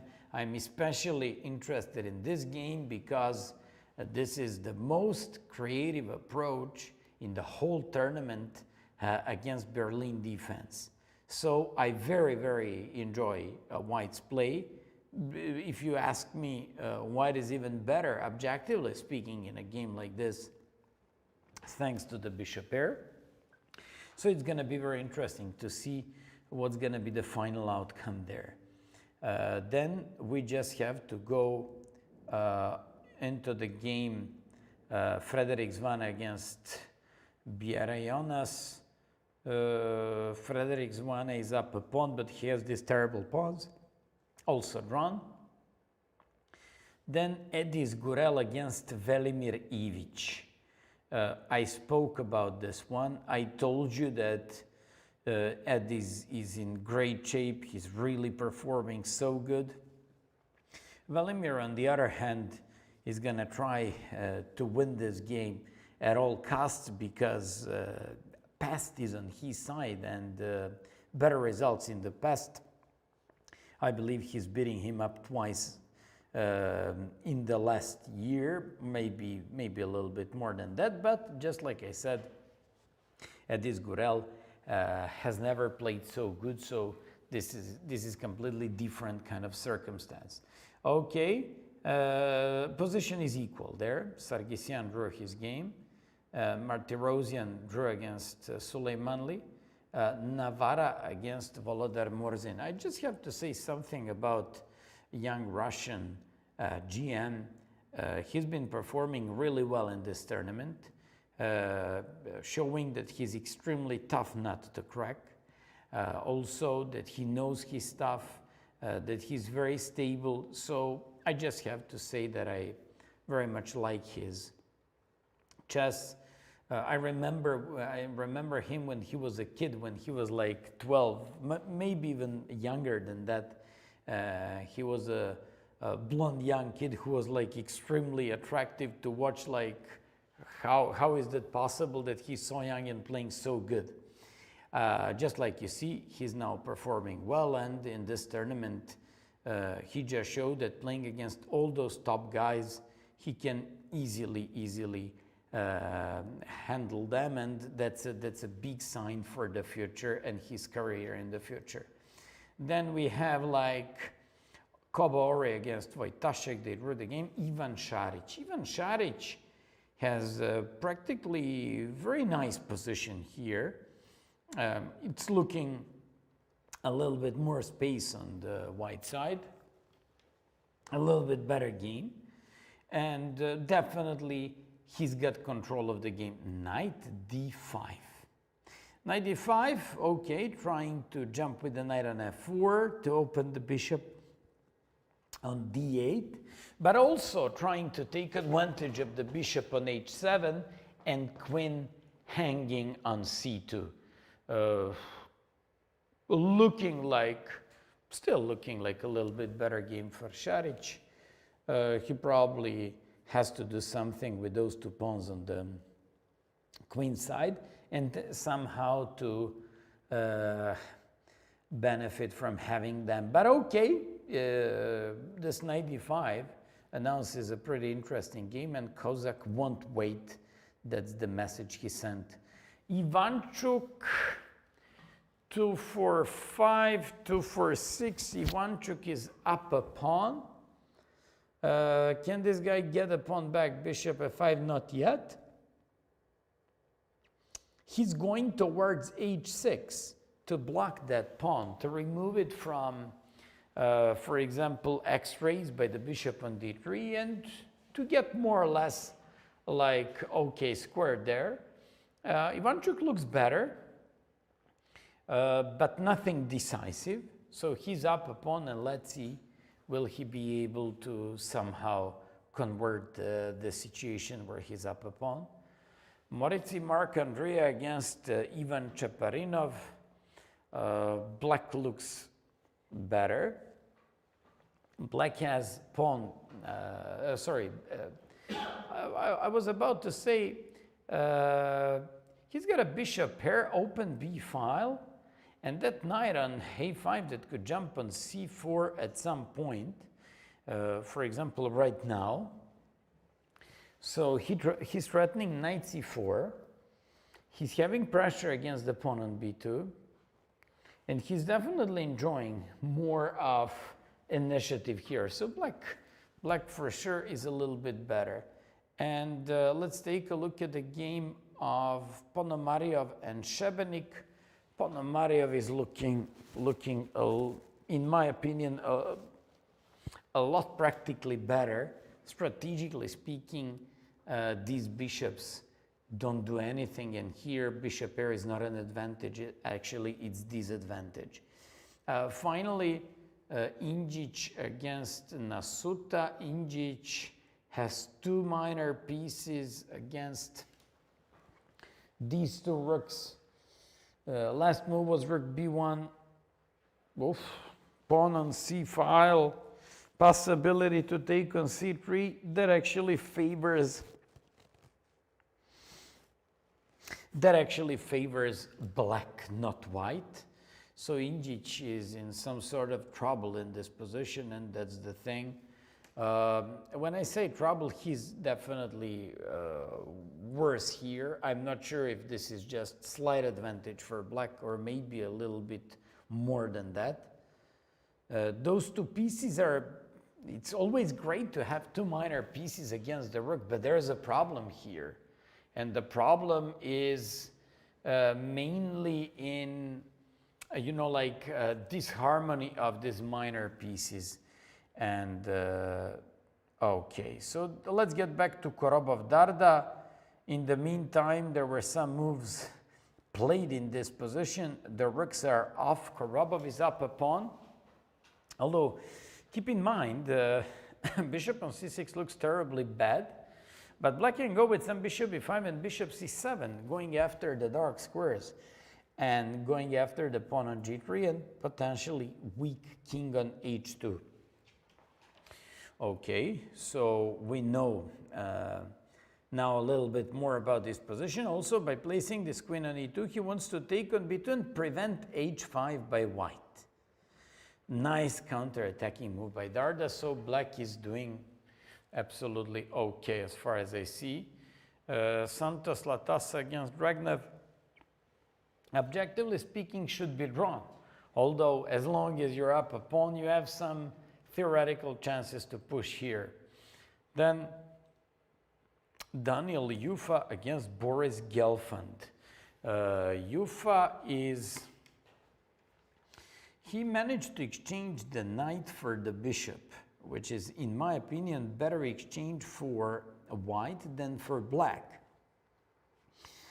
And simply considering the fact that the pawns were on both sides of the board and that bishop usually does better in those situations. Here, after like queen e7, I believe this game is very close to be drawn. Okay. So many, drawn positions. Donchenko looking better and better, played queen d8, and after knight d5, it's his turn. You know what? I would definitely consider some queen h4. I definitely consider some even easy move like bishop takes b, but bishop takes b2 doesn't necessarily have to bring you anything because of rook b1, rook b7, although you can take on b2, rook goes on b1, and for example improve that bishop, for example bishop g7, and after rook b7 bring the queen to h4, king g7 and rook h8. I'm just saying those are the possibilities, for example, that you have in this type of position. So let's go to Gledura drew against Gumulars. We spoke about that one. Zvan Erasmus drew against this guy, and Vocaturo is a little bit better. He just plays a4, perfectly understandable move. He's got a pawn majority on the queen side, supported by rook, supported by bishop pair on the queen side. It has to be a little bit better for white, for sure. Zvane Frederick drew. Oh my goodness, take a look at this one. All the games were drawn. Gorel against Ivic. Also looking pretty much equal, where Ivic has some sort of like dynamic initiative. But let me just see. Oh, look at this. Korobov-Darda is ongoing. Santos Latassa Dragnev, it's pretty much drawish. Yufa Gelfand, it's drawish. Donchenko looks like better. We agreed about that. Vocaturo looks practically better. Gorel, Ivic looks maybe tiny bit better for black. Navara Morzin is equal. And Šarić against Kozak after knight d5. Šarić brought the queen back to d1, and now it's his turn. Somehow, for example, a move like queen e1 could be interesting. Also, jumping by knight on f5 could be a possibility here. Then what else do we have? Ivanchuk against Muradli. Ivanchuk is just...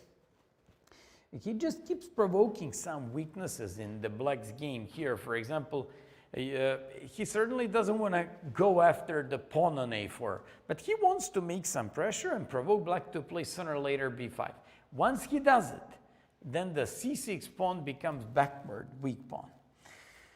Ivanchuk is maybe a little bit better. Moritzi Mark Andrea against Cheparinov. Last move by Cheparinov is knight c6. D2, rook on d8 is hanging, b2 is hanging, e5 is hanging. There is a bishop pair for black. There are no tactical tricks. He can always consider kicking that bishop away from g5 with h6, which makes Chaparenov's game better. Ponomarev against Šebenik, I spoke about this one. Looks like a very pleasant type of positional game for white. And Injic against Nasuta. Nasuta just pushed this pawn all the way to the second rank, and he now just wants to start picking these pawns on a3, a2, and eventually to promote the pawn on c2. It is going to be interesting and to see how is Injic going to defend this position. I still believe it's like kind of defendable, but it's not so easy. It's not so easy, and definitely Nasuta is the one who has some chances in the game. Stoček Rahmanov. Stoček is just enjoying a lot more space and position looks better. Let's just see results on other boards. So, do we have some interesting games? Kadrić is winning. Kadrić is already winning. Let's take a look at the game of Kadrić, who was one of the most creative guys in the whole tournament, and he's completely winning. Let's see what was he doing. He played the main line against Moscow defense. Sorry, against modern defense, I apologize. Played bishop d3, played a4, brought the knight back to e2, played flexible c3, played knight g3, very nice system by Kadrić, played h3, bishop a3, rook f2, bishop d3, captured, brought the rooks there on the file, and now he went with knight e5. Just like you see, Kadrić went for a very nice opening where he controls fully his, I'd say, but okay, this knight is going towards e6, so it's looking pretty difficult to break into the white's camp. So let me just see how is he supposed to play. Maybe just bishop to, I don't know, can he bring his rook somehow somewhere else? Because anytime you move the queen from the c file, they will be going with rook c8, and they would pretty much equalize the game. So does he have a way of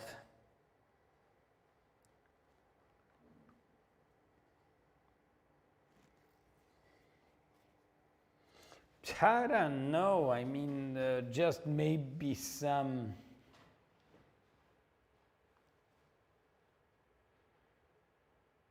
Yeah, I don't see a way how is he going to break this at the moment. It looked a lot better to me at some point, but I don't see a way to break it.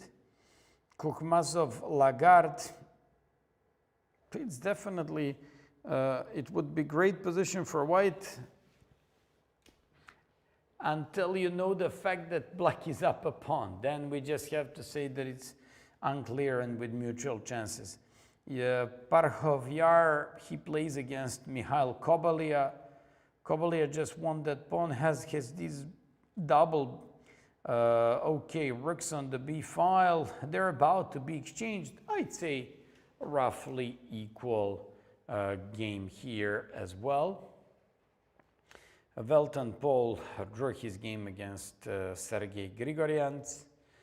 And those are like the most important. Stankovic Miloš against Majdelishvili. Stankovic seems to be lost.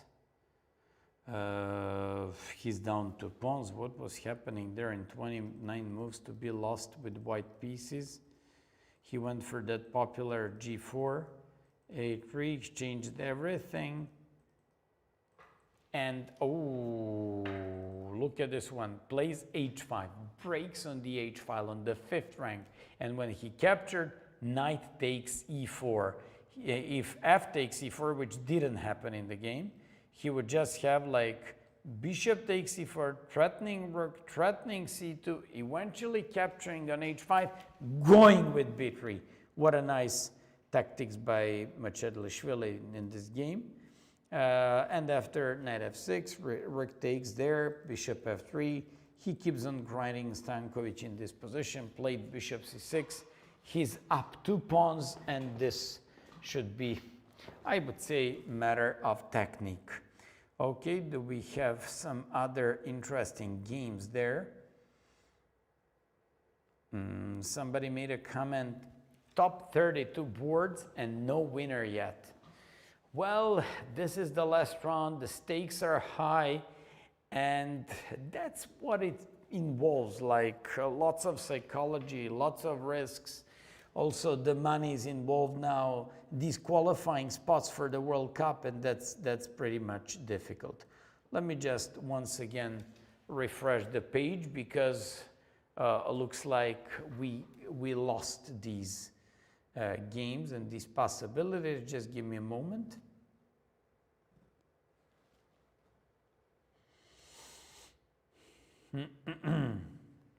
We're just waiting for the games to upload. I don't know what's happening here. We keep getting same kinds of problems over and over. Just give me a sec. Could be that once again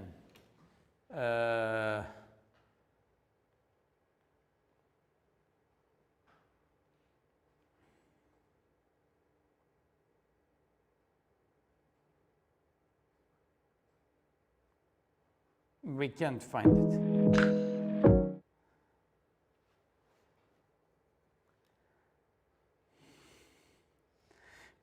I don't know, we can't upload the games, and I don't know what to do. I'm just looking for some of your commentaries and comments, and I just want to make sure if the chess 24 is down, so we can use another.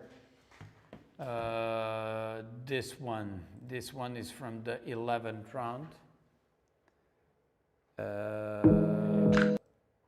Kirill Shevchenko against Sarana. Korobov Darda, do you get my games? So just give me a moment. Nothing. We once again have to break it for just 2 minutes to once again make it better, and then we're getting back.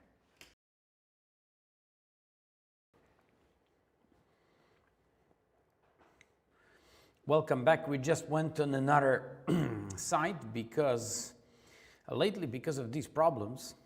So let's just go for this position. Korobov goes for queen e5.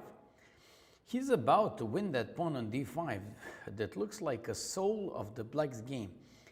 And from practical point of view, he can really somehow create some threats and squeeze out black a little bit. In the meantime, Boris Gelfand drew his game against Ufa. We only have on top 10 boards 2 games ongoing. Korobov against Darda, once again. Keep in mind, if Korobov wins, he's going to be first, most likely. And we have Santos Latasa against Dragnev Valentin. This is first game where Korobov has slightly better game and slightly better chances. This is another game, pretty much similar type of the game, where Valentin Dragnev is just trying to defend his position in the opposite color bishops. Then we have a whole bunch of draws, and then we have Lupulescu against Donchenko that looks completely winning for Donchenko.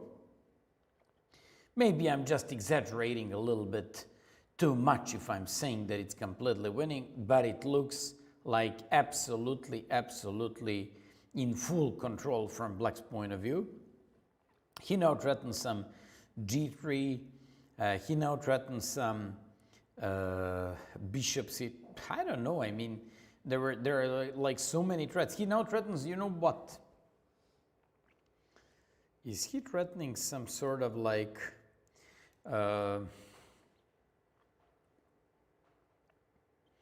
g3, h3, and then we just have to find tactics there.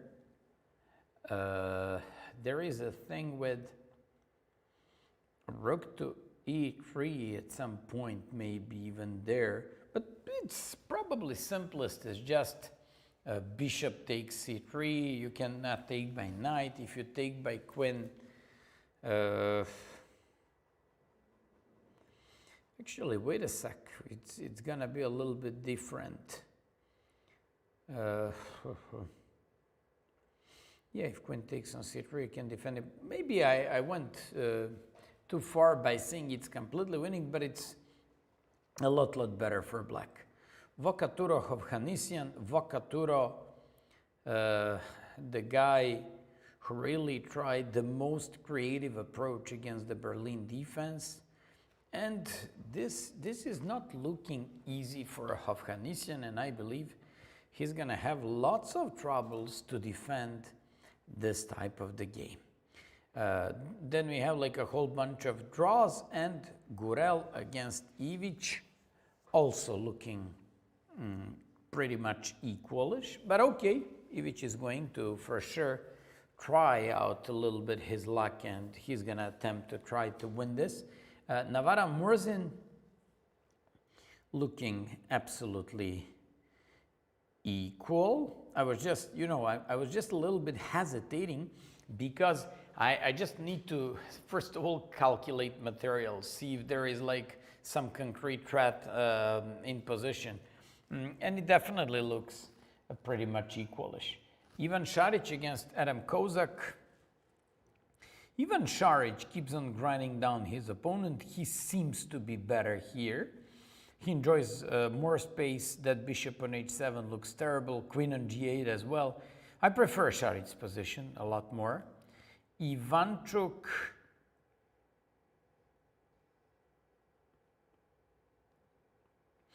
Ivanchuk seems to be better all the time. He even won that pawn. Okay, what if he goes rook b on f1, queen e6, right? Does he have bishop c2? Aha, rook e on f7, okay. So that's the way it is.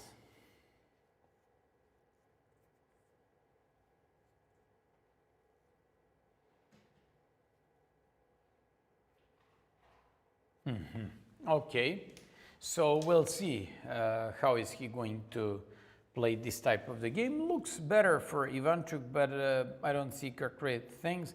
In the meantime, Nasuta beat Injic. Injic lost with white pieces. Final round, unfortunately for a Serbian player. After knight d3, rook a3, he played knight b4 and absolutely blundered this trick, rook to d8. Injic blundered bad here. He was supposed to go with some knight e1 and this position after rook a2, bishop a3, rook c4, king f2 looks pretty much equal. Okay, black still can push for a win, but this is the fastest win on top 25 boards. All other games were drawn. And let's get back to Korobov-Darda. Korobov is maybe slightly better. He increased his advantage with some king h3 to choose when is he going to take on d5, not to give him queen b2 with check. Can he go with that? We all know that objectively it should be drawn, but Korobov has to try to win this at all costs. Also, even if he tries, that's an ideal, like way of trying to win the game without slightest possible risk. I mean, with slightest possible risk, and actually it's trying to win even without a risk. Here, up a pawn, nothing changed. Lupulescu, we're just waiting for the white's move here in position that looks better for black, but I don't see anything that concrete. So maybe g3 looks okay, but I still lack and fail to find a concrete idea. Vocatura against Hovhannisyan looks better for white, and he just has to find a way how to start pushing these pawns. Gurel against Ivic. Gurel now just okay. I mean, it's looking all the way the same and absolutely the same fashion. Ivic is trying to now go and push a little bit with g4, but it's far from anything that clear. Murzin looks pretty much drawish after bishop d7. If you move the queen somewhere, then queen c3 with check and with perpetual check, so quite a nice counter-attack by Murzin. Šarić seems to be better because of that stranded queen on g8. Then Ivanchuk Vasily, it's his turn. He's supposed to go with some rook b on f1, but after queen e6, I believe he's a little bit better, but I don't see anything that concrete and special there. Moritzi, Mark, Andrea against Cheparinov. Cheparinov has been better throughout the whole game. He's down in exchange, and after f4, but he's got like two, no, he's not down an exchange. He actually has two pieces for an exchange, which makes his position being practically really good. Ponomaryov is getting better and better against Šebenik. I told you about this game that it's one of those positions that you don't want to mess with, and you don't want to play with black pieces, because bishop pair is not an advantage but a disadvantage. And let's get back to Korobov Darda. Things are very important here. European Championship title depends on this game. So if Korobov manages to win his game, he might become a champion. Okay, let's go. So this is the thing. Let's go with queen e5, king g8, bishop d5, queen b2 check, king h3, and then he threatens queen e8, and he would just move this queen somewhere to defend the f7 pawn. Okay.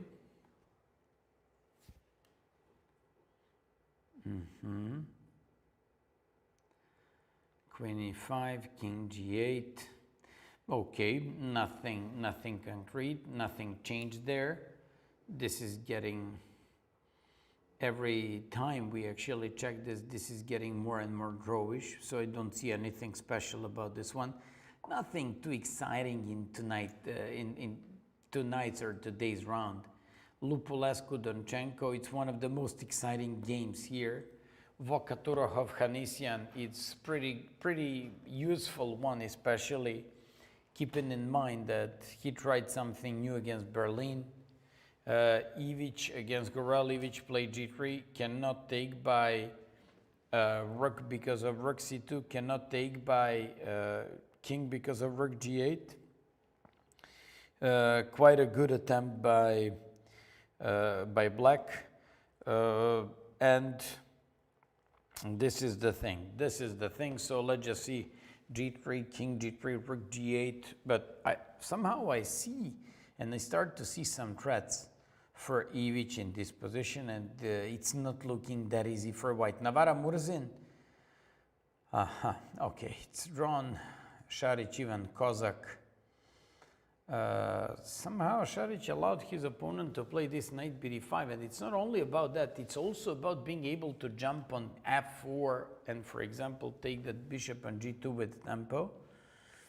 Ivanchuk, wow, Ivanchuk played e4. Wow, take a look at this one. If queen e4, he would play bishop c2. If bishop e4, he would take the rook. But wait a sec, what if d takes e4? That happened in the game. Played bishop e3. Queen d7.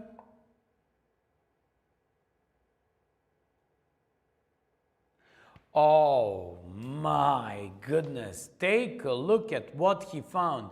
And now rook f5 wins. Rook f5, rook f5, rook f5, and queen. This is spectacular win for Ivanchuk. Actually, is it winning? Wait a sec. When he takes on e7, this guy might find a perpetual check, right? So just a moment. If rook f5, queen f5, queen d6, king aha, but I'm first going to play check. Wow, what a game and combination by Ivanchuk. It's absolutely mind-blowing. This is absolutely spectacular. E4, bishop e3, and rook f5.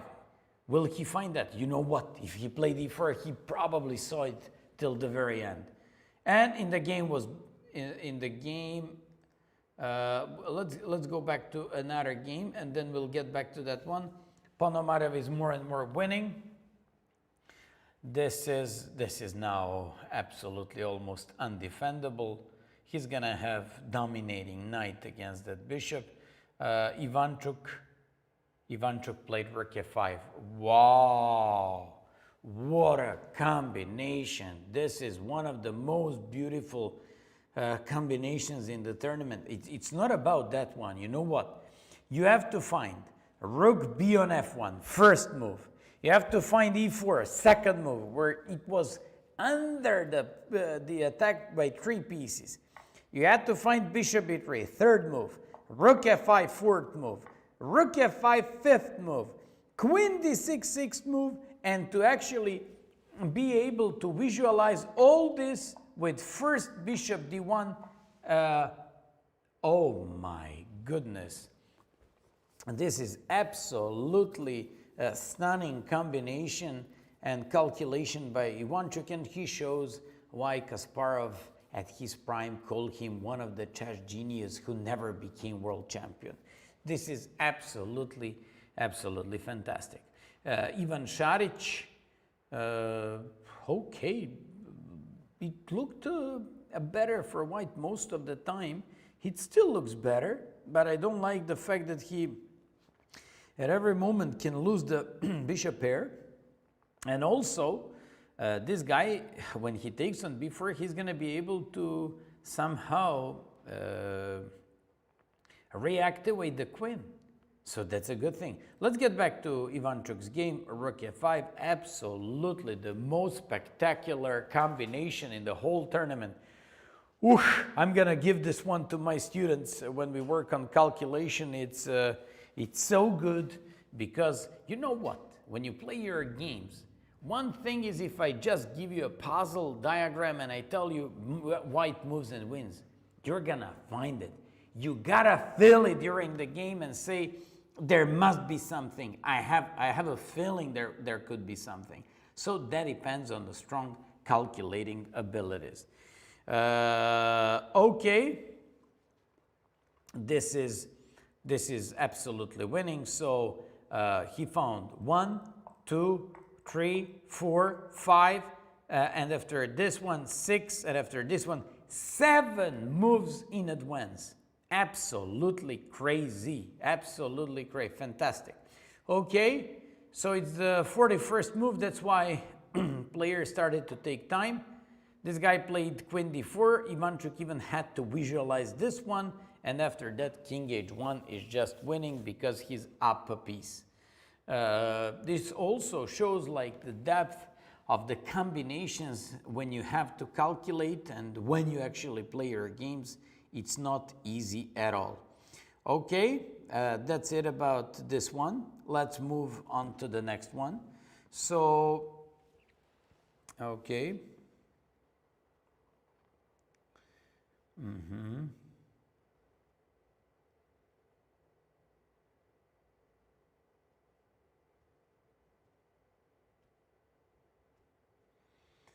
So probably it's the king h1 here. Let's get back to top game and the most important one, Korobov-Darda. 30th move. Korobov is just, he played king h3. I told you. He has to somehow find a shelter for the king so he can afterwards go and actually avoid all those checks. Okay. Yeah, queen d7, maybe g4, king h2 would be just drawn. But you know what, if g4, bishop c7 looks like a good attempt to make a draw, being down a pawn and exchanging the queens there. Okay, that's one thing. Another thing is Santos, Latasa, Dragnev. Yeah, this, even if you want, you cannot change many things there. Donchenko, I told you about king g7 and rook h8 ideas. Can he go with this one? Because now this guy can no longer go with the queen d4. King is absolutely safe, and you want to go with the rook on h8. And you want to actually go after the pawn weak on h2. But wait a sec, actually, problem is if I play... Aha, yeah. It's... Just a moment. Just a moment. Let's say you play something stupid, and I play rook h8, and you take on e2, and I play here, and on this one, on queen g3, king g1. Aha, check, king has nowhere to go, has to go here, and now you go g3, and he can't stop checkmate. Yeah, this could be an interesting idea, so let's see if Donchenko will go for just king g7. That's interesting. Ivic Gurel. Ivic is pushing so hard. If Gurel plays g3, probably 95. He's going to go for some sort of, yeah, he played g3. Probably 95 here. Going for some sort of like compensation on the light squares. Ivic is running out of time, and he's just trying to find some tactics, but Gurel is simply playing this tournament fantastic. Hovhannisyan against Vokatura. Vokatura created a passed pawn on the a6. Will he be able to somehow take advantage of that pawn? That's a question. Okay, this is the thing. So white is just, he has some practical chances, but is it enough? That's the question. Ivic played 95, Gurel played knight to d3. He just played it, and Ivic is in severe time trouble. Knight g4 seems to be the only move, since it's not good for him to simply take on d3 and give white chance to solidify himself. Although, you know what, if knight g4, I see king f3, and then I see possibility to go with the knight f4. Well, this knight just keeps an eye on the pawn on g3, so this could be interesting. And that's really something. Navara Murzin, it's looking more and more drawish.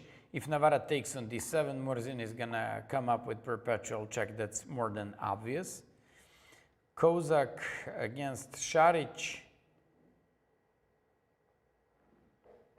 Wow. Take a look at this one. I believe somehow Šarić advantage kind of, maybe it's too serious word, but evaporated here, because I don't see how is he going to keep on pressuring. That bishop is swapped off for the knight. He pushed e4. He can always consider taking on b4 and play queen f8. I definitely think this is absolutely okay for black. Maybe not absolutely okay, but it's not anymore that bad as the way it was. Okay, Ivanchuk is, he has to make a move. He's up a piece, and I was absolutely thrilled with that combination. That was the combination, one of the combinations of the tournament, believe me. Then we have this one with two pieces against the rook. Against those 4 pawns on the king's side, it has to be better for black. Ponomarev Šebenik, this is matter of technique. Ponomarev is completely winning. Okay, those are most important games. What else do we have there? Kovalev lost to Yilmaz Erli. That's very surprising. Then, what do we have? Will Kadrić finally be able to do something in this game? He just played queen c8 in this game. It was very difficult to break there. Stankovic lost to Mjdelishvili. Okay. Injic lost as well. So this is pretty bad round for Serbian players. Stankovic lost, Injic lost, Ivic is experiencing some problems, and luckily Pretke just offered draw at second move. Let's get back to Ivic against Gorel. Ivic played knight h2. It's his turn. Sorry, it's White's turn. Ivic threatens knight f3. Ivic is currently down 2 pawns, but okay, he sacrificed those pawns for some initiative and looking for some tactics. Navarra against Murzin played queen c3. Queen a7 seems to be the only move to go for a draw, right? Šarić against Kozak. Šarić. Somehow Šarić allowed his opponent lots of activity. I don't know why did he allow lots of activity, and I don't know why did he allow him. Okay, I mean, there is only one move in this position. No, but it's rook c1 because rook c2 is not good because of e3. I guess if rook c2, what's the point?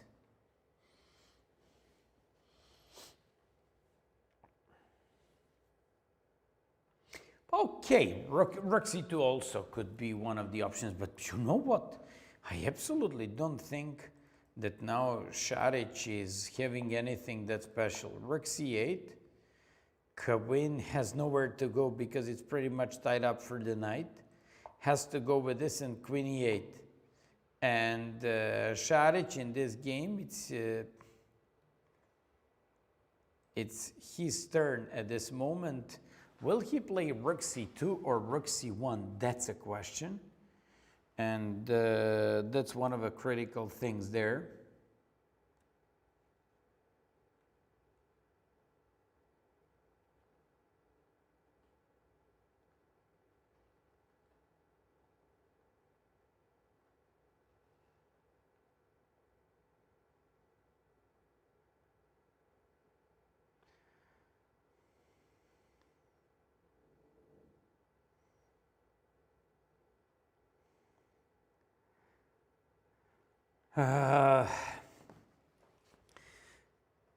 Looking okay for Kozak. Also, he was running out of time, and this is always tricky. You just don't know if you're supposed to play fast or slow, if you're supposed to, you know, like rush up with the things.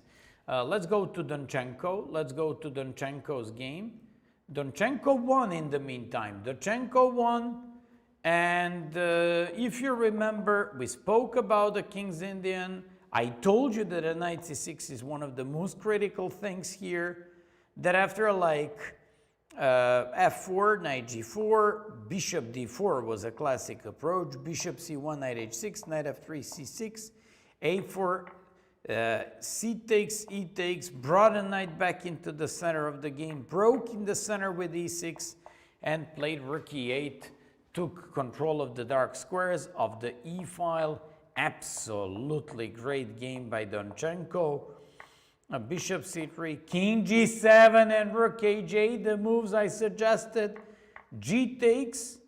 Wait a sec, what if, if this would be mate. Look at this. So the guy went for queen h3. Queen g3. Oh my goodness. Oh, what a mate with queen g3. Oh, nice attack by Donchenko. And the game is, this is the highest on top 20 boards. This is the only win. So he now improves a lot on the standings. Let's take a look at Vokatura. Oh, this is draw. Vokatura against Hovhannisyan is draw. And let's just see Korobov against Darda. Oh my goodness, Korobov blundered something. What happened there? Korobov after queen d7 played g4. This guy played bishop c7. He took queen e7, played bishop e4, threatening bishop g6. Queen f6, played king g2. This guy took on h4, and he played king f1. What if queen g4? That's what I'm interested. Oh, what is he seeing here? I don't know, but I don't see why did he give up this pawn? For what? Why is he pushing so hard? I mean, okay, it's still pretty much equalish, but let's see Santos Latasa against Dragnev. It's more and more drawn and drawn, so this is gonna be draw. Vokaturokhov Hanisian is drawn. Gurel Ivic. Gurel is just playing so fine. They're just coming out of the time trouble. Ivic was blitzing out. He sacrificed 2 pawns. Okay, maybe he's down 2 pawns. We just have to consider one thing. That the pawn on a5 and pawn on a4, those are not important pawns. So Ivic certainly has some, like some sort of, I'm willing to say, practical compensation in a game like this, where the king is weak, where his rooks are centralized. Knight on g4 can jump all over the board. These pawns on a5 and a4 are kind of weak. I definitely think he's got a compensation, but Gurel is playing fantastic, and from position that looked pretty much equal most of the time now, he still retains some chances there. Murzin, it's his turn. He can take on h2 and it's drawn. Ivan Šarić played rook c2, but rook from e to c2, rook c7, and what would be the real assessment of this game? It's absolutely complicated. What I don't like about Šarić's game is that his queen and rook, those are pinned pieces. So maybe black can go with some rook ac8 to increase pressure against the knight on c6.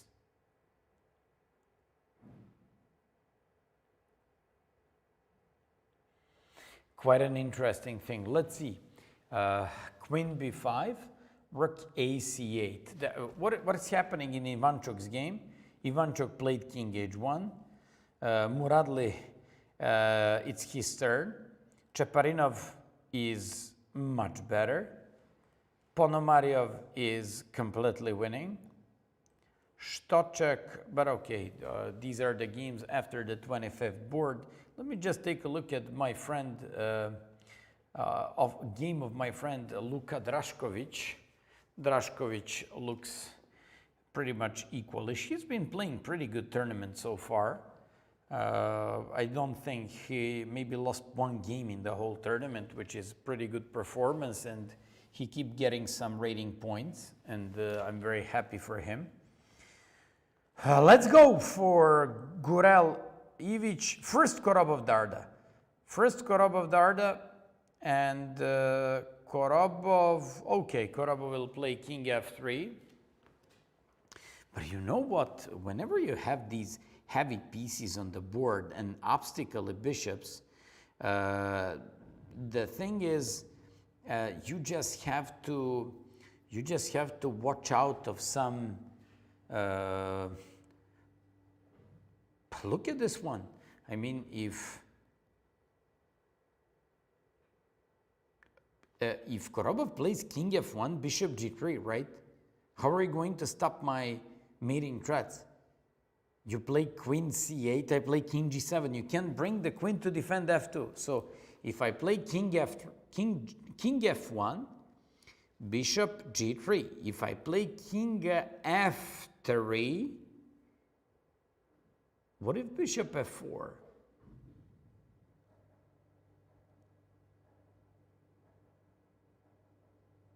Yeah. What if I play king f3, bishop f4, and then Darda is threatening queen e3 check, king g2, queen g3, king h1, queen h2 is mate, king f1, bishop e3. Look at this. So he goes with, if this one, and I don't see how to defend mate. Because he doesn't have any any check to get the queen here or here, because he cannot come here or here because of pawn and the bishop. Queen c8, I just go here. And if I go king f3, you just go bishop f4, threatening this check. And let's say you do something, doesn't matter. You just go with queen g4. I just give you a check and I win the bishop. So you can't go with this. Let's say you go here. Check and you defend it. I go check, and I go bishop here. How are you going to defend the mate? I can even go with this check. Oh my goodness, is this lost for Karabov? This would be crazy to lose a position like that, because, wait a sec, maybe I'm just missing something. In the meantime, Latasa Heimed Ragnev is wrong. Let's get back to Karabov's game. If king f1, that's definitely lost. If king g1, bishop g3, so he has to play king f3. Bishop f4, threatens check. King looks weak.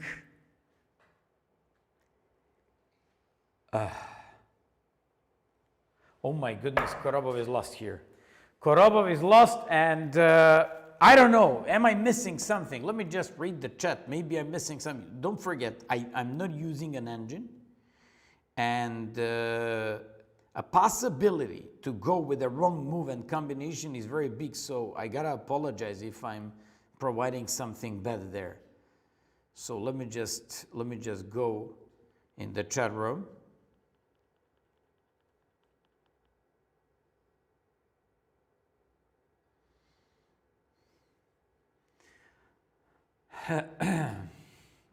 That could be absolutely shocking, you know, like twists of events in the competition, where if he wins the game, he would simply be the first. Also, his position was all the time a little bit better. We can't say he was a lot better, but he was the one who was pushing. And then after queen d7, g4, I mean, all the time it was looking pretty much equalish. And now I'm just seeing some winning combination for black. Am I missing something? That's a question for you in the chat room. Then we have Gurelevich. Gurel played rook c5. He's absolutely playing fantastic. He's absolutely playing all the time, absolutely the best moves. So he's only 14, don't worry, and don't forget about that. And I believe if he continues to improve like this, he's going to be one of the top and the leading world players. Already his performance announces this, but you know what? At the age of 13, to beat up and to fight against all these guys so hard, and this is not even an opening, this is like fight in the middle games. That's what makes you being so special. Navarra against Murzi. Navarra is trying and trying and trying. King g7 maybe to avoid check and to give himself like some check. We spoke about this one. Šarić against Kozak. Oh, look at the move by Kozak. Knight to e3. I thought about this one. It crossed my mind at some point. And the point is, you remove the rook and the bishop, and if you take check, and if you move the king, take on c1 and then take on. Absolutely fantastic move by Kozak here against Šarić. Šarić, who was all the time having better game. Even the bishop was on h7, queen on g8. And now he's just suffering. Oh, look at this move, knight e3. Also, keep in mind that Kozak found all these moves on just few seconds on his clock. That makes him really, really strong. Ivanchuk, he's more and more winning. Although Muradle is having some very nasty tricks here. So still a long way to go.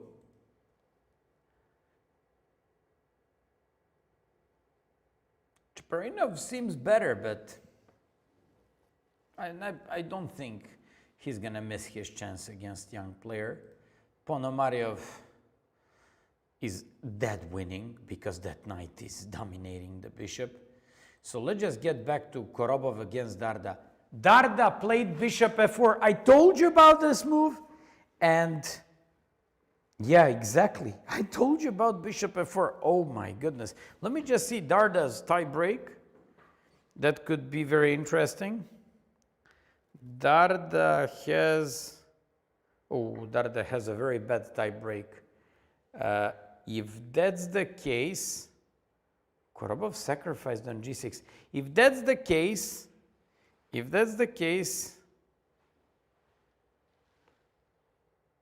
oh, he's losing queen. No, maybe just a moment. Check this, and losing the queen. But wait a sec, maybe he doesn't have to go here. He can go here, right? But then I can simply play queen here, this one, and win the piece. So he's just blundered the piece. Maybe then check, but this is lost. Because I wanted to say this one and take it here, but then queen to d3 and it's mate. King e1, bishop g3. Unbelievable, unbelievable. Korobov was playing so well, and now to blunder something like this in completely, seemingly equal type of the game, I believe that's also a pressure, psychological pressure of the moment and importance of the game. Bishop g6. It's Darda's turn. He hasn't made a move yet.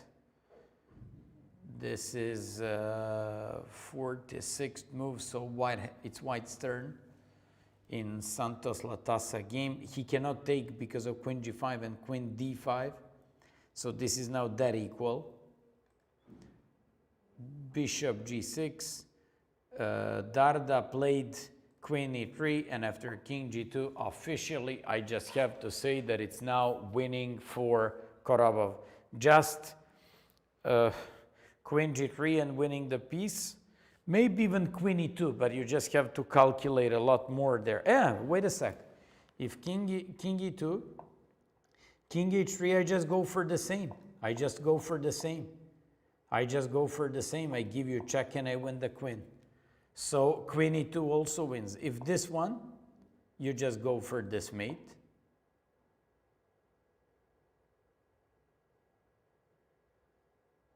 Yes, you just go for this mate. Yes. And, oh my goodness, Darda is going to win against Korobov. This is absolutely shocking twist of events in the game. So king g2. He has to decide whether he wants to play queen g3 or queen e2, but wait a sec. Queen e2, king g1, bishop e3, we found mate. Queen e2, king h1, queen h2 mate. Korobov resigned, and that's absolutely spectacular win for Darda with the black pieces. And now he's tying for first, and nobody, absolutely nobody, expected this was going to happen, especially because Korobov was just white. Position was a little bit better.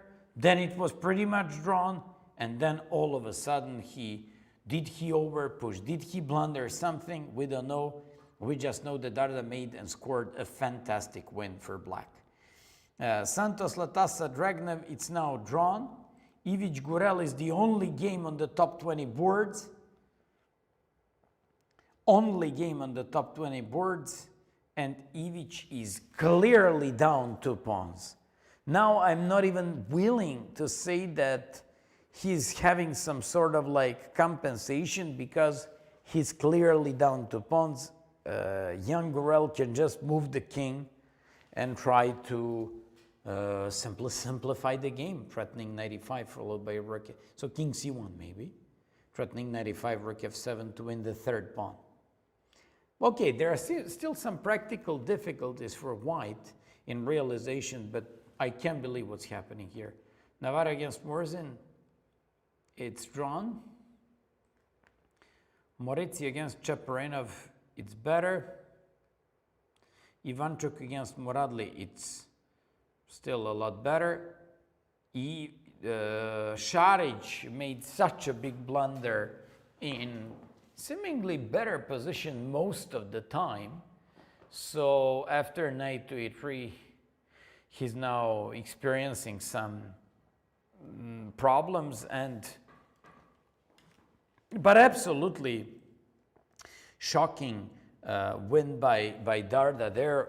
It's not about shocking win because he played a nice game, but it's more like shocking blunder by Korobov and seemingly drawish type of the game. So unbelievable because he was supposed, probably he couldn't handle the psychological pressure because if he wins, he just becomes European champion. Darda won. He's now tying for first with only 2 more guys, and basically Santos Latasa Dragnev, it's the game ongoing. Most likely it's going to be drawn, and we're going to have 3 winners. Actually, 3 guys who were tying for first. It's going to be Sarana, Shevchenko, and Darda. According to tie breaks before this round, most likely winner will be Sarana. Most likely he's going to be the European champion, and I just have to say that he's my club mate, and I'd be pretty happy to get that kind of a thing because we're just teammates. The guy also lives in Serbia, so it's a pretty good feeling to have a club mate who's the European champion. If I'm not wrong, Šarić is lost. If I'm not wrong, Šarić is lost. Knight takes c2 was the last move. He's just lost one of those rooks. He won the bishop on b6, but this guy threatens to take on e1, threatens to take on c6. Who's gonna defend both of these pieces? Who's gonna defend that?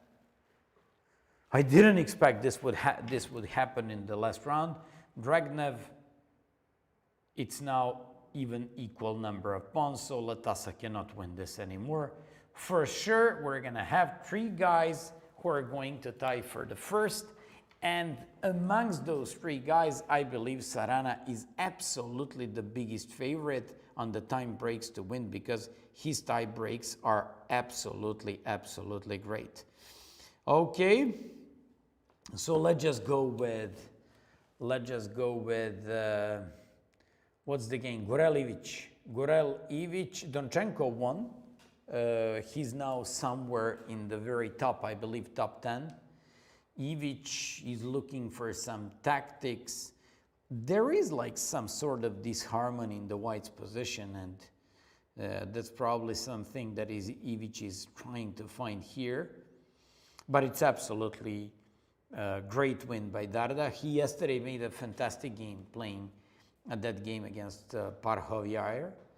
Then in today's game, he's been absolutely playing well. I didn't see problems for him with the black pieces, and Grandmaster Jankovic said that it was going to be a very nice and double-edged game where one of these guys was about to win. At some point, it was absolutely drawish, but the stakes were very high, and both of these guys wanted to win.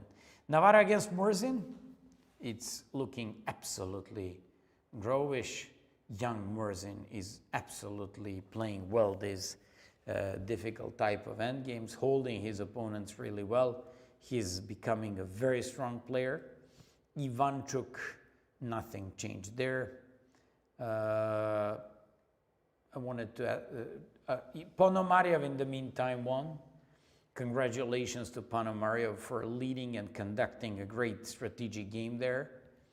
Chaperenov is better all the time, he's better, but still a long way to go in order to win this one. We just can say that black is better thanks to this bishop pair and thanks to these active pieces, but it's still a long way to go here. Okay. I simply can't believe that Korobov blundered in position that was absolutely drawn in such an important moment. So you see, we're all human beings and it's possible to happen. I don't know why do they play this position, because I don't even see what is he going to go for. By the way, judging by this position that looks like a draw, but even though if it's not a draw, even if one of these guys wins, both of these guys have like worse tie breaks. Most likely champion will be Alexei Sarana. Most likely Sarana is going to be a European champion. Gurel against Ivic. Ivic went for knight g4. Young Gurel keeps on finding absolutely the best moves. Maybe a5 here to break these pawns, huh? And if b takes, to take and to finally give his rook a bit of a space there.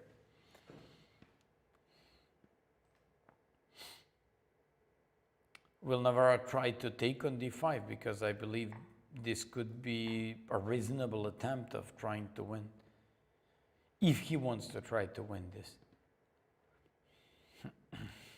Šarić against Kozak. They just played the 40th move, so they ran out of time trouble and Šarić is lost. Ivanchuk, they're also out of time trouble. Maurizi against Chaperenov, also out of time trouble. Navarra Morzin, also last move was bishop d5, and these guys are out of time trouble. Ivic against Gurel, out of time trouble, and finally Dragnev against this guy, out of time trouble. You know what does this mean? We're actually going to make the final short break before we just come back, and seemingly champion according to the tie breaks right now looks like it is going to be Sarana. But I'm just saying looks like, because you never know, because of tie breaks and because of these additional, you know, like rules and stuff. But judging by everything and all these tie breaks and Buchholz and all this stuff, looks like he's better, in better situation than these guys. See you in few minutes. Welcome back, guys. Final chapter of the European Individual Championship. Almost all the games on the top were drawn. And then we were all expecting that Korobov with white is going to push against Darda, and he did, or blunder at some point, and eventually lost. Darda made a stunning win, and he's now tying for first with Sarana and Shevchenko. According to tie breaks, looks like best chances are on, you know, like Sarana's side. He's the one who's like in the leading spot, and most likely he's gonna become the champion. Here we're just checking the game between young Gurel and Velimir Ivic. All other games is finished. We just have to say that Donchenko won. He won in a very nice style with the black pieces, playing the King's Indian against Lupulescu. And there is one more important thing. In the meantime, Latassa drew against Dragnev. Well played by Dragnev, and he had probably the tournament of his life so far. And finally, we're now checking absolutely biggest, stunning, astonishing, awesome performance by Edis Gurel, who's only 14 years old, against Serbian champion Velimir Ivic. Ivic, even though he beat him twice in the past, maybe even more, he's now suffering. Looks like he's lost. Technically, there is still a long way, I wouldn't say a long way to go, but white seems to be winning. And that's the only game, including game Navarra-Murzin, on the top 20 board. Once again, I went down to the near to the playing hole. I just wanted to catch some guys to talk to them, but looks like they're hiding them in some sort of holes. And I don't know what's happening. I was just trying to get some of these top 3 guys, but I couldn't find any of these guys. Okay, so we're just so close to simply complete this coverage. We're following 3 more games. Edis Gurel against Ivic on 16th board, Navarra against Murzin on 19th board, and we're just going to check game on 21st board, Šarić against Adam Kozak. In the meantime, Vasily Ivanchuk and after he found one of the most spectacular and the most exciting combinations in the whole tournament, we now just have to see what's happening in the last 3 games that we're following. Moritzi against Cheparinov. Cheparinov is trying to win. He's a lot better. Let's go to Šarić Kozak. So Šarić is down.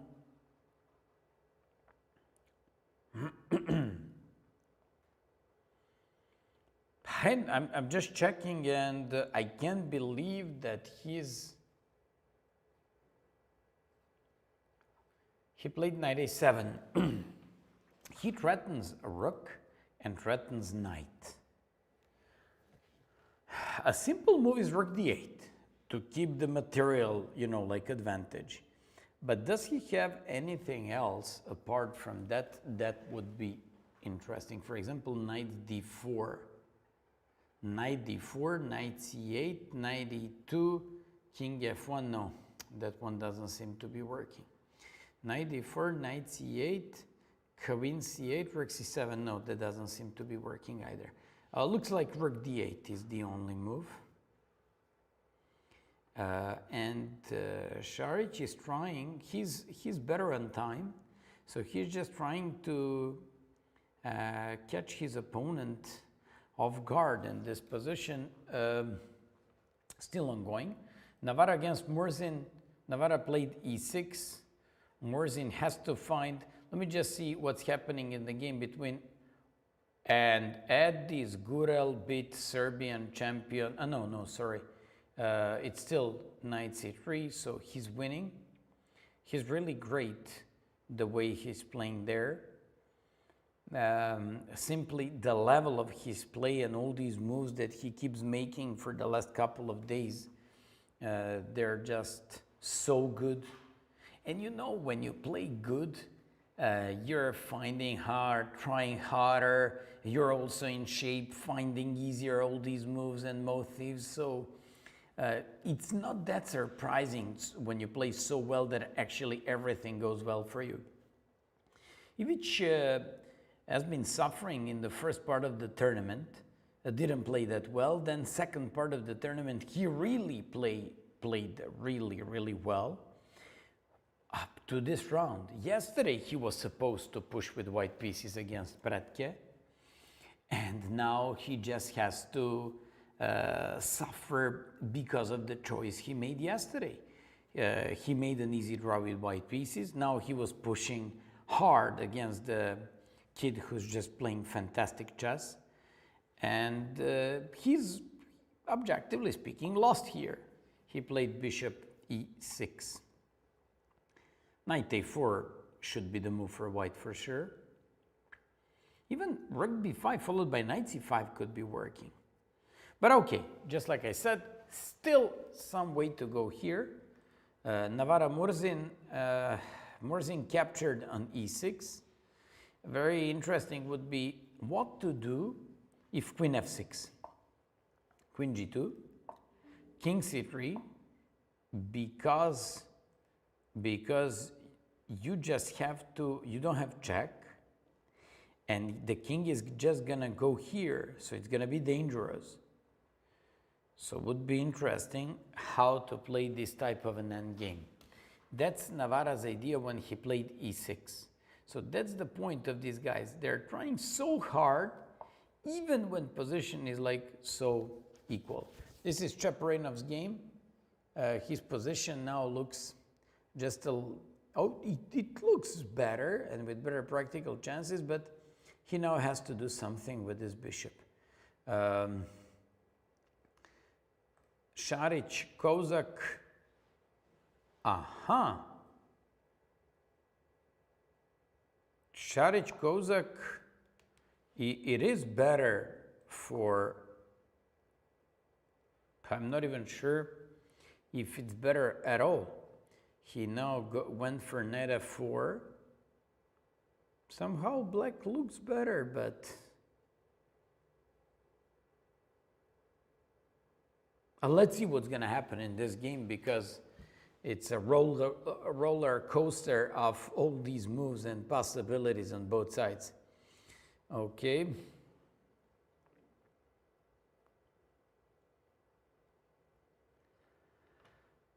Navara Murzin, nothing changed. Murzin just captured the pawn. It's Navara's turn. Gurel Ivic is looking. Ivic came up with knight e3 check. He's about to win the pawn on c5. He lost the a pawn. Sorry, the pawn on c2. So this looks pretty. To simplify a game and reduce material, it actually increases your chances of getting more drawish type of the game. So taking on c2 sounds like a good idea here for Ivic, and he certainly is going to improve his position a little bit in that case. Although, is that enough? I am not so sure. Somehow Gurel is really playing well. He's not blundering anything, not making mistakes, practically coming up with so good, like practical choices. So this is like shockingly good. Navara Murzin, nothing changed.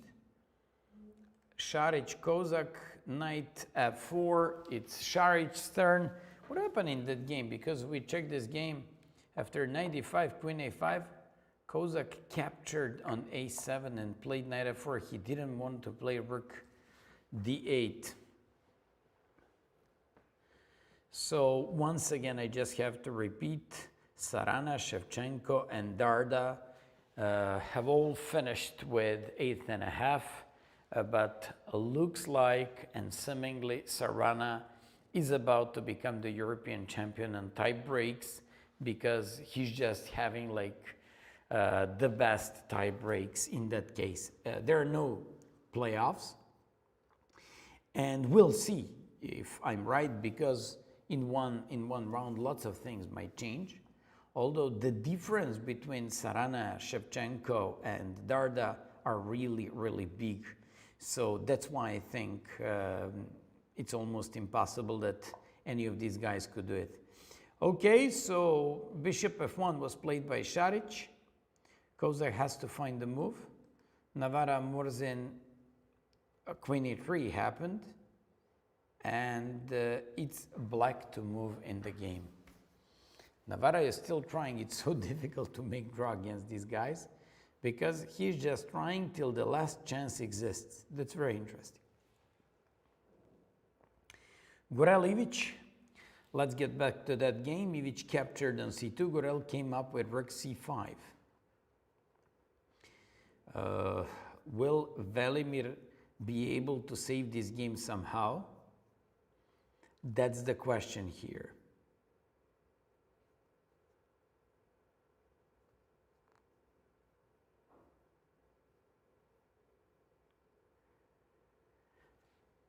On king d6, I believe move is knight b5.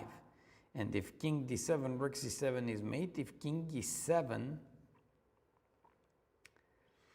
just some knight, no, then rook c2. So king d6 is not possible. King d7, knight b5. No, king d7, knight d5. No, king d7. Maybe king b8 is the only move, and But if king b8, then just knight d5, and you know what? He's threatening on c2, and he just wants to somehow reconnect that rook from f4 to go on b4 and to mate the king. So that's the thing there.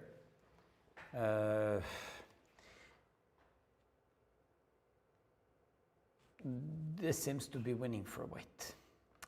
This seems to be winning for white. Navarra against Morzin, it's still ongoing. Ivic, sorry, not Ivic, but Šarić against Kozak. Kozak has to go with, I don't know, in the worst case scenario, he doesn't have to worry. Just a moment.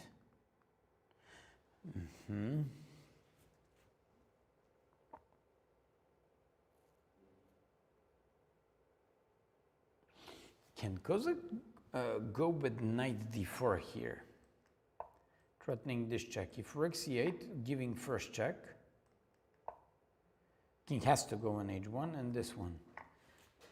What kind of assessment this position would be? Because this one is hanging. He has to move the bishop. And now you just play queen c1. And then if check, king goes back. If queen a6, I just go knight d3, as this could be winning. So this could be a winning combination. Just a moment. So knight f4, bishop f1.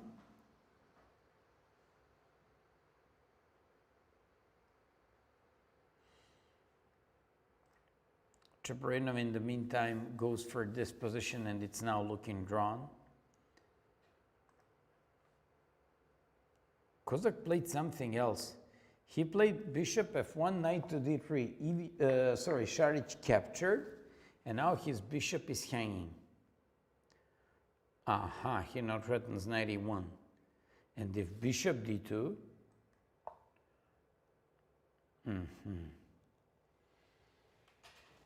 it still looks better for black. Okay, all the time Šarić was just doing a lot better. Somehow,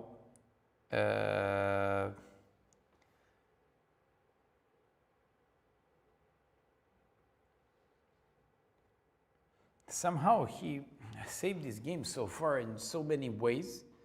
So will Šarić be able to be once again resourceful and find the defense there? Navarra penetrated with his queen on this king. Okay. King on e8. How is Navarra going to win this? I mean, he's trying so hard, probably moving the queen somewhere and trying to penetrate with the king, king c3, king d4, to go there, queen c7 and stuff like that. That could be the idea.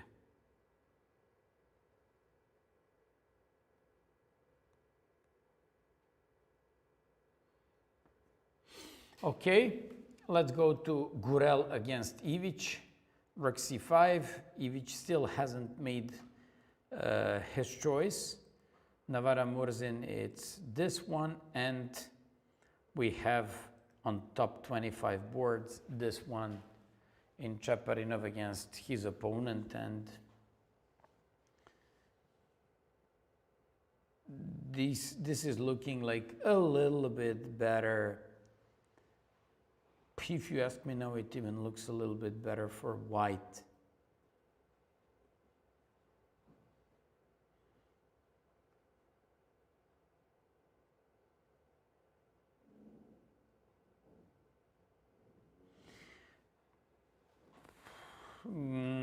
I don't think Cheparinov will be able to win this one.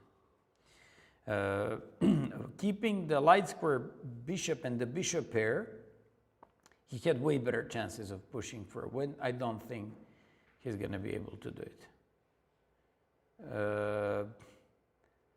Šarić even against Kozak, so probably to play some knight d4 and jump somewhere with the knight, do some sort of threats with queen e4 and create something. and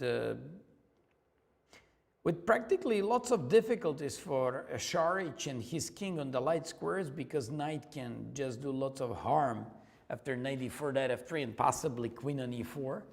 One of the problems, I don't even see what could be the problem, maybe to unpin himself with rook a8 and then to go with queen e4, knight e4, and knight f3. Okay, so Navarra doesn't seem to show any special way of finding a way to win this, and I don't even see what would be winning, even a winning idea, except like going with a king like this, but it's not going to be possible, because once he does that, he's going to swap off the queens and push the d5 pawn. So it's drawn.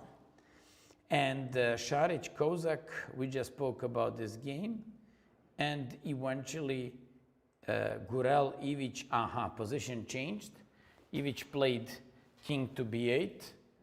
Gurel played knight d5. He threatened to win the knight.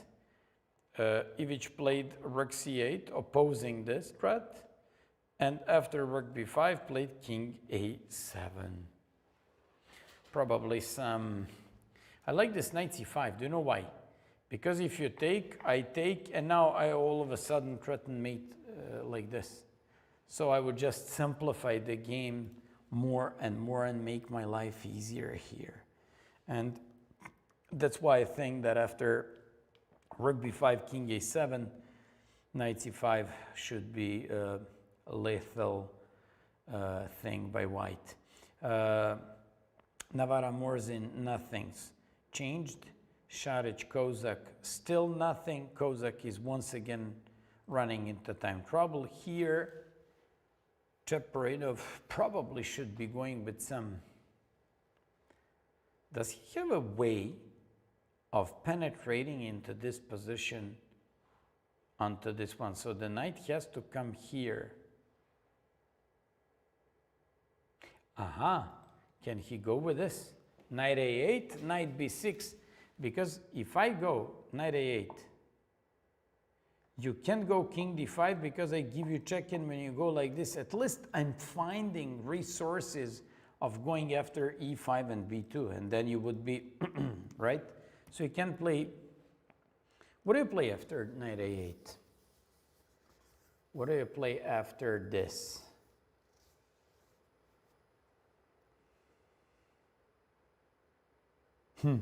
It's not easy. It's not easy. This is knight a8 looks like a very illogical move at first glance, because he's just cornering his knight on the a8, but I'm actually looking for better destiny for this knight. Maybe like this. You go knight a8, I go g5. You go knight b6, I go... no, I cannot. Maybe some f6 here, something like that. Yeah, probably what has to push these pawns on the kings. Yeah. Gurel-Ivić, that's what he did. Rook b5, he did what I said, knight c5, threatened mate in 1. Ivić played rook f8, played knight a6. He's now going to connect these pawns, and he's even controlling the promoting square. And Gurel just won that game. Absolutely fantastic win, absolutely fantastic play, absolutely stunning performance. He was our guest, if you remember, like 3 days ago. Very humble young kid who's got a full support of his mom. Every single time I see them in the tournaments, he is actually being, like accompanied by his mom, and it's very important to have like a full support of your family when you play this game. So this kid is absolutely fantastic, 14 years old. He qualified for the World Cup, and we're all going to cheer up for him.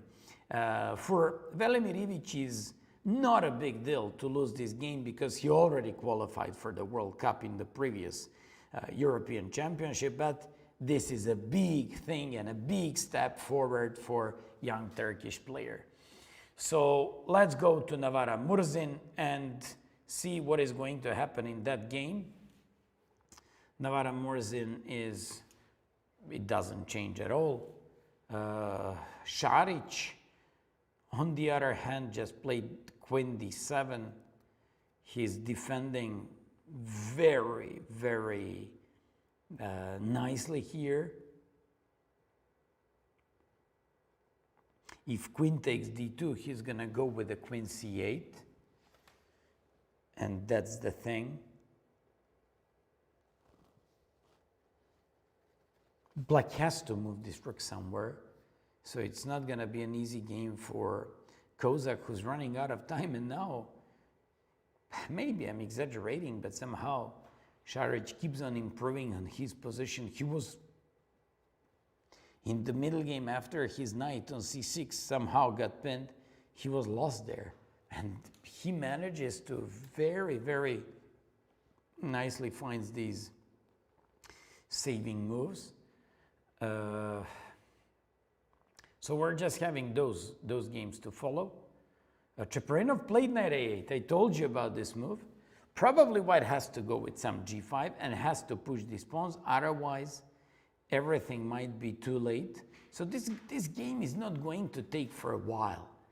The thing is, most likely, Black will be forced to play knight b8, knight b6, knight c4, going after the pawn on b2.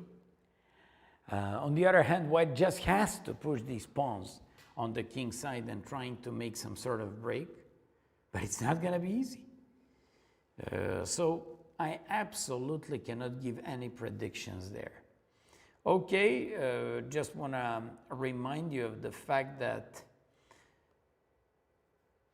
I mean, I'm not supposed to give you other results apart from these ones. Those are not even like important ones for the top 25.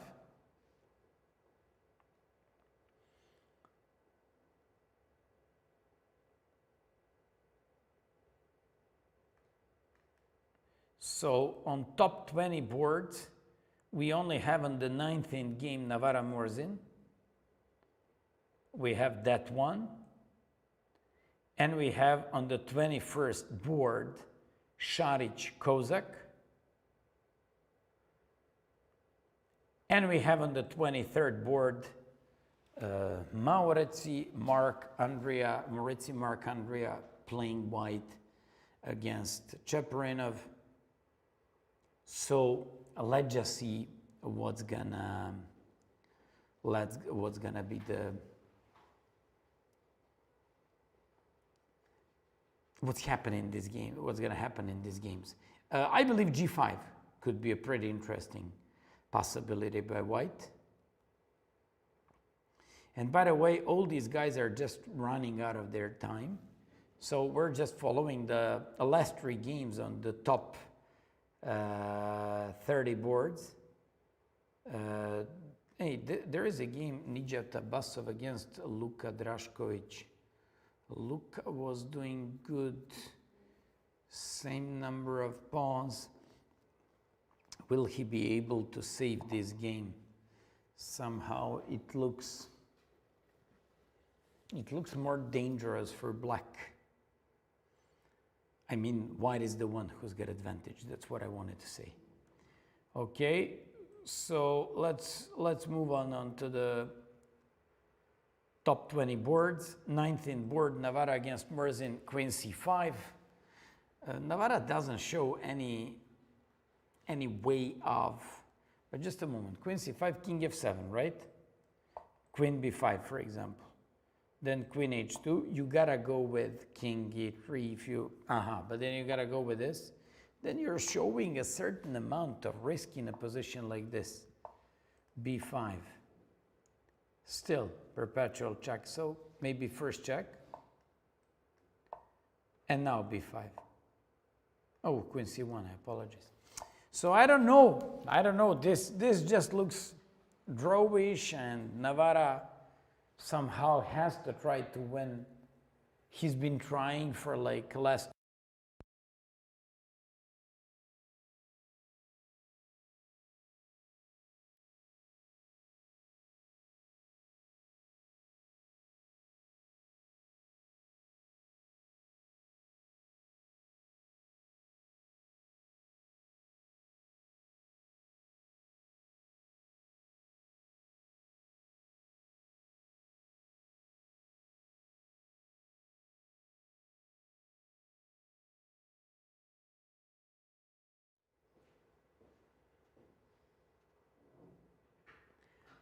Queen f3 was the last move by... No, I apologize. Knight e3 doesn't work because of... No, it does work. Knight e3, bishop g7, king g8, for example, and it's perpetual check. I'm just saying in case he doesn't want to push any longer, he can always go with knight e3 and can make a draw if he wants to make a draw there. Navarra captured on b5. For some reason, Murzin went for this position and gave him this possibility with check. It's still getting pretty much complicated, but you know what? This game is not going to decide anything. We're following the games on the 19th, 21st, and 23rd board, and these games are not even important for... Okay, they are important actually for the top 25 places. So Navarra against Murzin, king d6, Šarić against Kozak, queen f3, and Moritzi, Mark Andrea, yeah, he played g5. I told you that move. That's absolutely the best approach. He also has to create his own threats. Maybe g6, h5 here. Maybe g6, h5. And if g takes, king takes, and if knight here to do and to go somewhere with g6 just equalizes.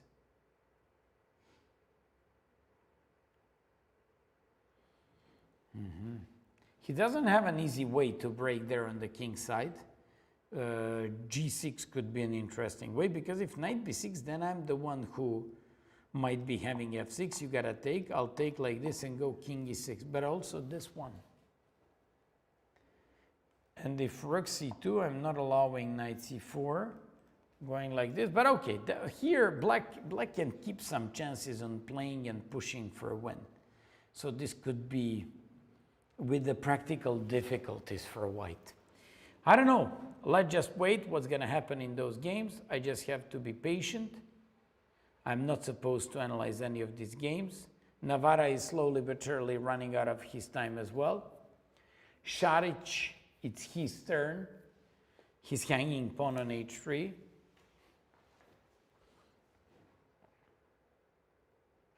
And it's not about the pawn on h3, it's about the f6 threat. On f6, the real question is, can white benefit from breaking these pawns on the king side? Šarić, even Adam Kozak, they drew the game. They drew the game, so that's the result. Once again, fantastic defense by Šarić in quite complicated, let's just say, seemingly lost position in a couple of moments. So they just drew the game, and we just have to check Navarra against Murzin and Moritzi against Chaperenov. Navarra against Murzin, it's king to d6 last move. This game could last a long more. While at the same time, knight a8 was played here. I mean, g6 looks with practical difficulties. He went for knight b6, the most logical thing. f6 seems to be the best idea.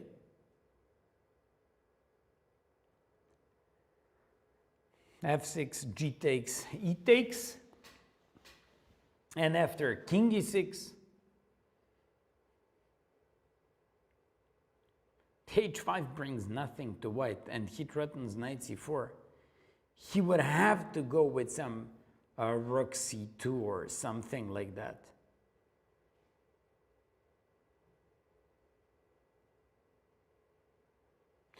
Yes, this is a very interesting position. f6 he played like we predicted. King e6 is going to be played like we predicted. Knight c4 is threat as we predicted, so probably rook c2. And then I said knight c8, knight d6, knight f5 with mutual chances, but if somebody should look for better chances, that should be black. Okay. In the meantime, nothing changed in Navarra Murzin. Navarra is taking his time. He just wants to make sure how to and what to do with this queen.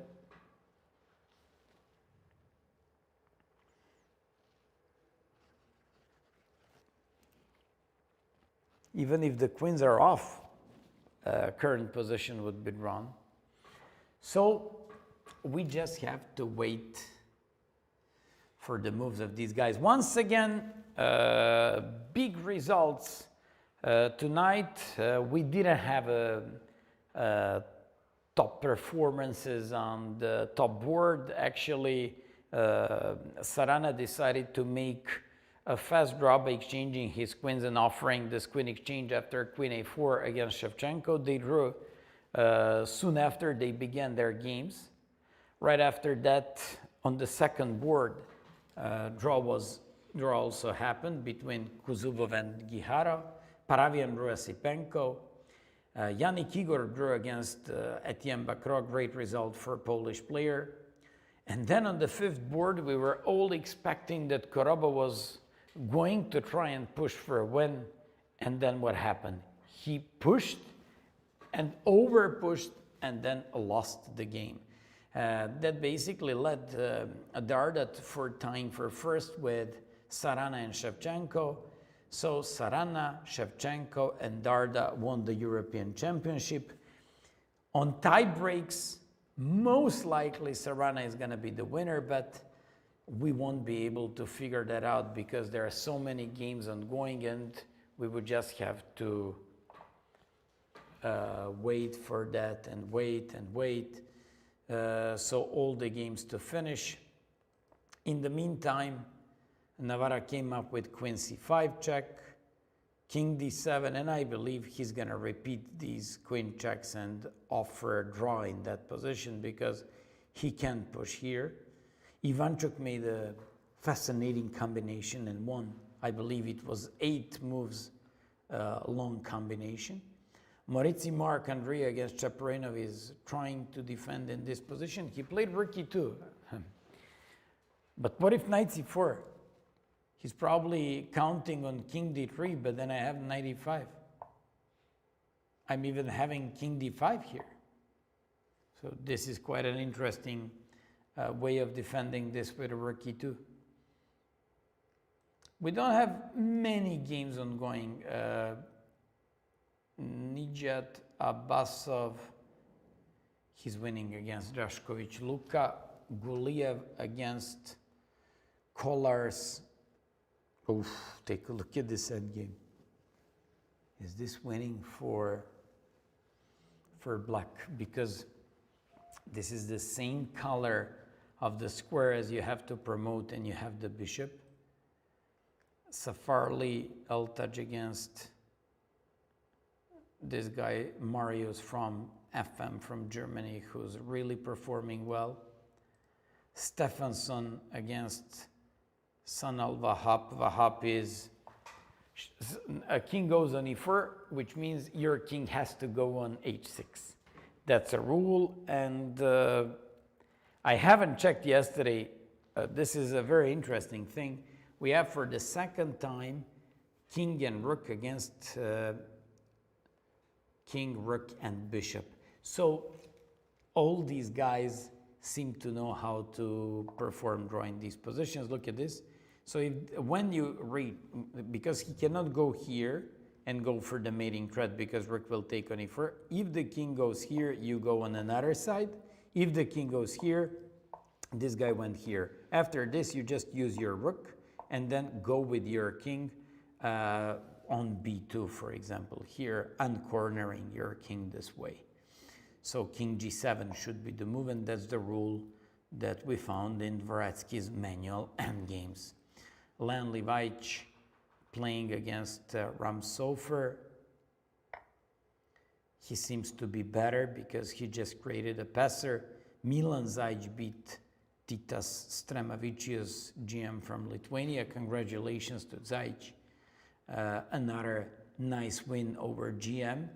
He got lots of rating points in this tournament. So let's get back to this Navarra against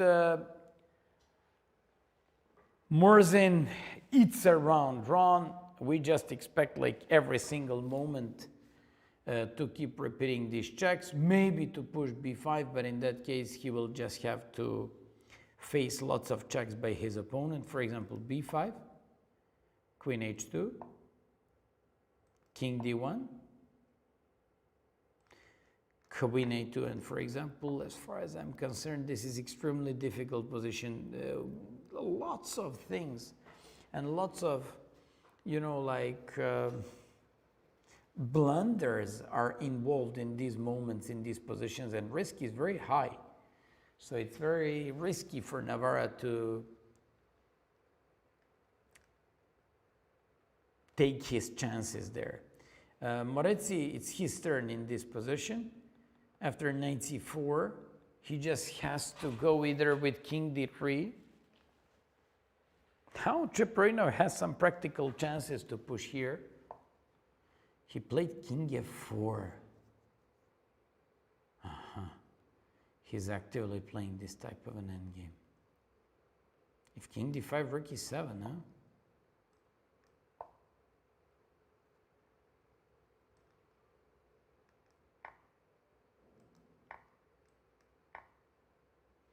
Yeah, this would be even lost because of f7, yeah. So black cannot play anything in this position. King f4 was in the game. So Navarra keeps repeating moves. No. Does he repeat these moves? So he plays queen c5, check, came up with this check, and it's his turn.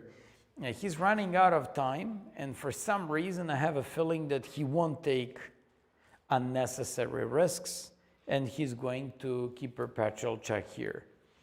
And the real question is he even taking a risk if he goes with something like b5? He played queen a7. Murzin has to be pretty fast in coming up with his decision here, whether he wants to go with his king on d6 or d8.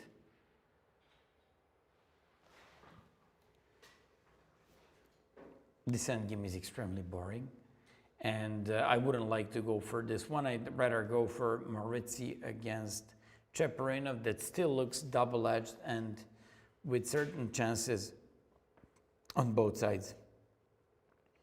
I keep talking about king d5, but what if knight e5? But I anyways need my king sooner or later being somewhere.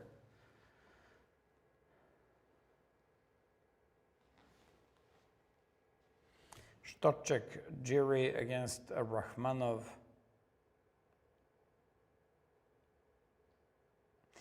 It's still ongoing. It's still very complicated. Abbasov just beat Luka Drašković. Kolar's, I don't know, is this winning? This is a very interesting question because everything here depends on, because he has that h7 pawn, he has to somehow squeeze out his opponent and put him in some sort of a Zugzwang, which means to leave him without any moves. He did it here by making this move, so probably bishop c2, huh?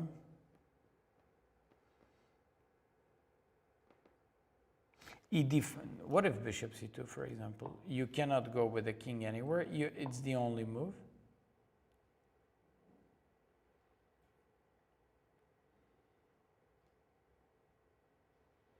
This one, and let's say you just wait. e6, you just wait. I don't know. For a long time I haven't seen more interesting type of an endgame. Safarli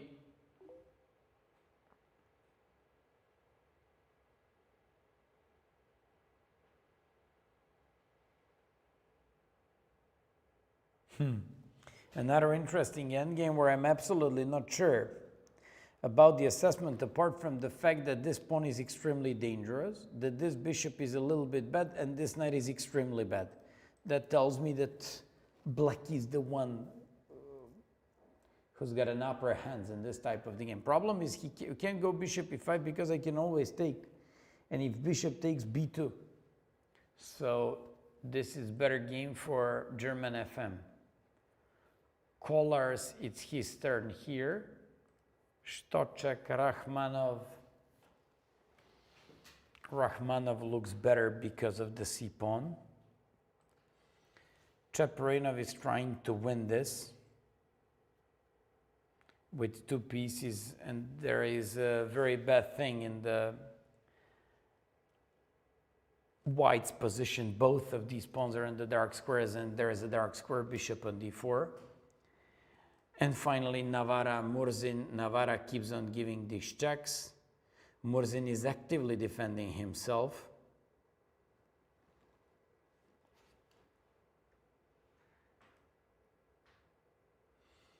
And by the way, that's the best way to play these type of an end games, because Navara, Navara will go with this check. If he goes with this check, most likely he's going to go for a draw, because anything else would just involve a lot more risk. He doesn't want to give his opponent to go on b5 and to go like this towards the king. So now king has to go back. King d7 is the only move. Or king c7. Quite a big number of draws on top 20 boards. Only win by Darda against Korobov. And on 11th board, Donchenko defeated Lupulescu. Gurel beat Ivic on 16th board. And those are, let's call them the biggest winners of the last round. But probably the biggest winner will be the one who just wins the European Championship. And most likely, that should be Alexei Serena. We won't be able to figure that out because probably there will be some games ongoing on the lower boards, and we don't intend to follow all these boards till the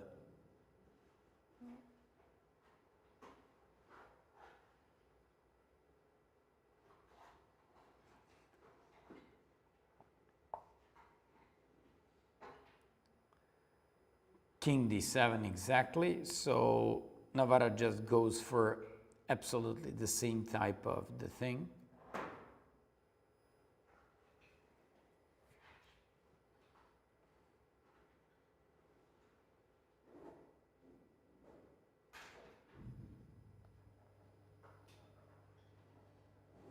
I'm just checking if there are some changes, but there are still some games ongoing. And because of that, we won't be able to simply see the winner of the tournament soon.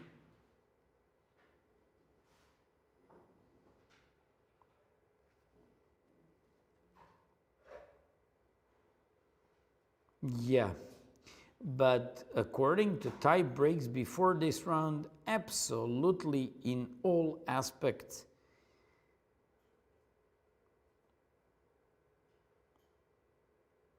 Sarana has the biggest chances of winning the tournament and getting the title. Getting the title to Belgrade, because that's where he lives. Moritzi against Cheparinov. Poof. Now it's looking like Cheparinov has some chances to win this. Moritzi didn't find a way to create a passer. A3 is about to fall. It's black to move. He played king e4. What if? Just a moment. Aha, but wait a sec, he's got this one. Look at this one. Look at this one, bishop b2. And he can't take on e5, and if he takes on b2, then he's blundering check. So does this win? Wait a sec. Bishop a3.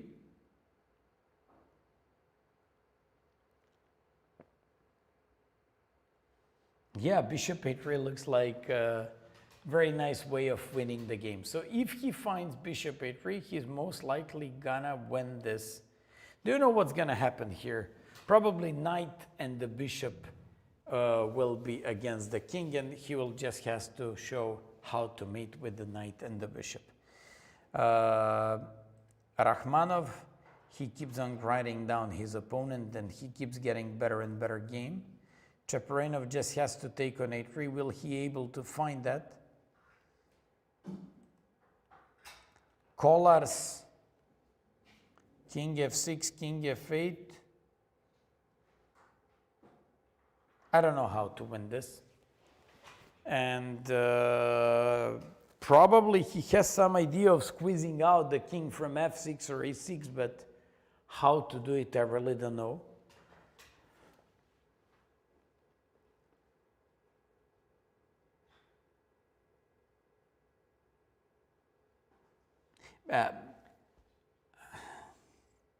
No. Aha! Maybe I know the idea. To put the bishop on d7, to go with the king on g8. When he has king on f6 and plays e6, to go back with the bishop on b5. No, I don't know how to win this. So I'm not sure about this position. That's the game between Kolar's and this guy. Rachmanov, okay, he's got better winning chances. Will Cheparinov find bishop takes a3, and Murzin looks like Navarra is adding time on his clock by giving these checks, but slowly but surely he's running out of time. And most likely, he's gonna keep perpetual check and make a draw in that game. That's most likely development of events here. Okay, we're still waiting for Moritzi against Cheparinov. Cheparinov is trying hard to win. That would give him a spot in the World Cup. Cheparinov didn't find bishop a3. Maybe it wasn't enough, but still, he's got a passed pawn. Fact that the pawn is on a3 and the dark square, and he's got a dark square bishop means a lot. He clearly has winning chances in this endgame, and this is going to be an extreme difficult situation for white to save this game, and Cheparinov most likely gonna win this. Navarra keeps giving these checks, so now I'm pretty sure he's also running out of time, so I'm pretty sure he's gonna keep perpetual check. He came up with another check, and if he goes with one more check, queen b8, that is going to be draw. Queen b8, king d7, queen a, whatever, I mean. So some long-lasting games in the last round, but they don't seem to decide anything. I'm not talking about Navarra against Murzin and Moritzi against Cheparinov. Those are important games. But I'm just talking about other games that are still ongoing. Guliev against Kolar's seems to be drawn.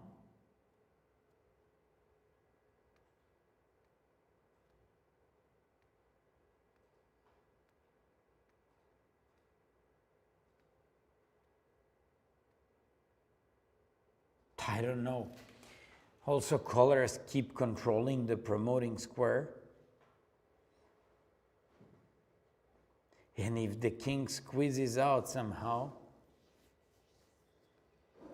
you cannot use the king to go all the way there.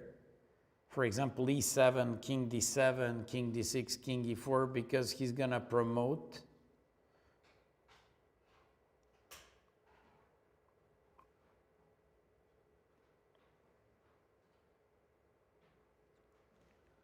Yeah, I don't see how is he going to win this. This must be a draw.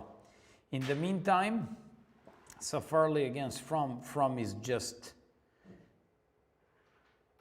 looks like he's winning now. Looks like he's winning now. That knight on h6 is just terrible. It's kind of trapped on the edge of the board.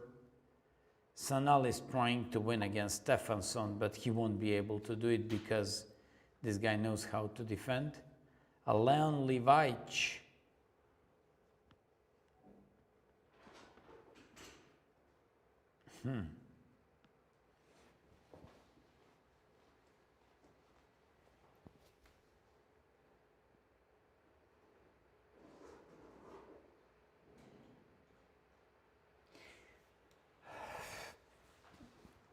Problem is that black is threatening to take, not now,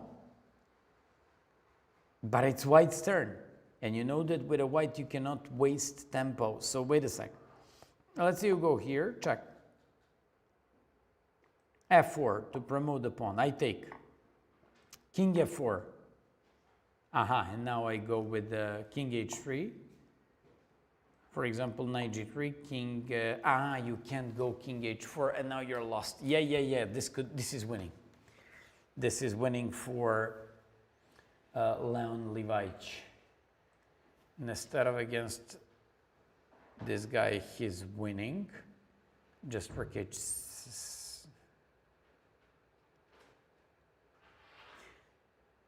Yeah, rook H7, rook F7, King E6.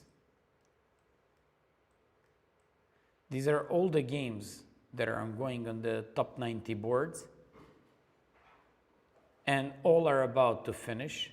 Navara Murzin, Navara repeating checks, and he now came up with B5, so he wants to win this.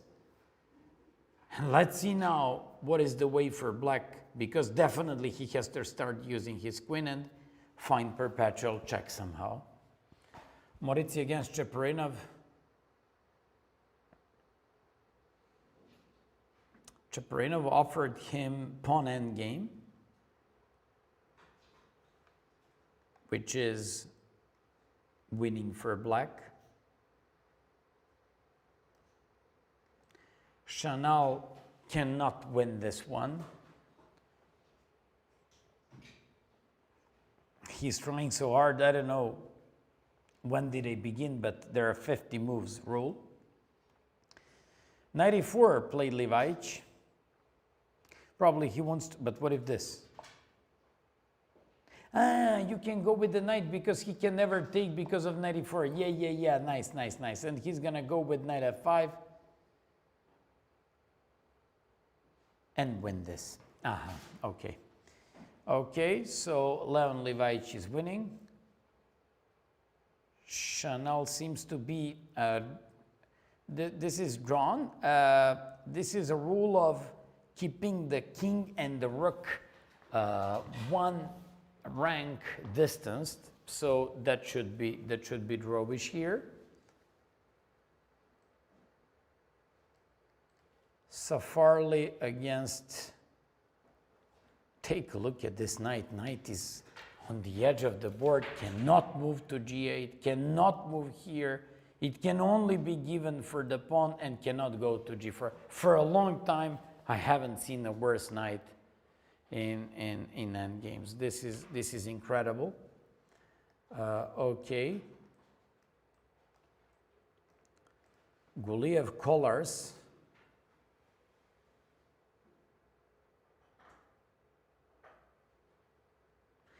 Collars has to move the bishop, and then king has two squares, so this is drawn. King F6, and this is drawn.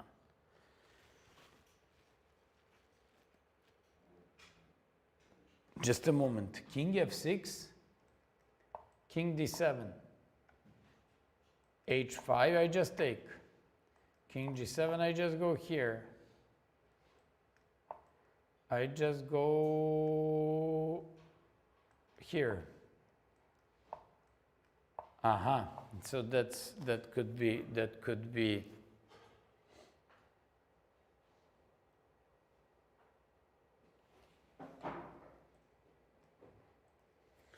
Stochek Rachmanov.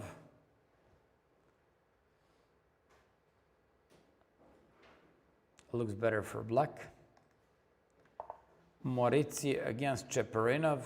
Moritzi is about to win pawn on a4, but to lose all these pawns on the king's side, so this is now completely winning for Cheparinov. Cheparinov played a very strong tournament here. I don't think he ever lost a game.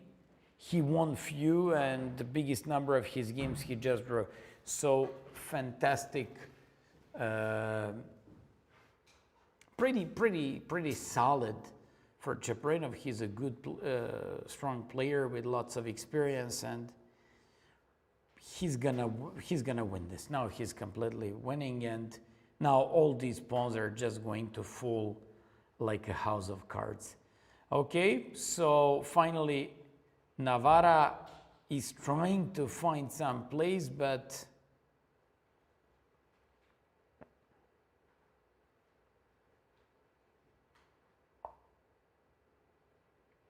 Volodar Murzin is defending himself in just fascinating fashion. Queen c7, he just played all the time. I have a feeling that he's finding absolutely the most precise moves here by playing Queen c7.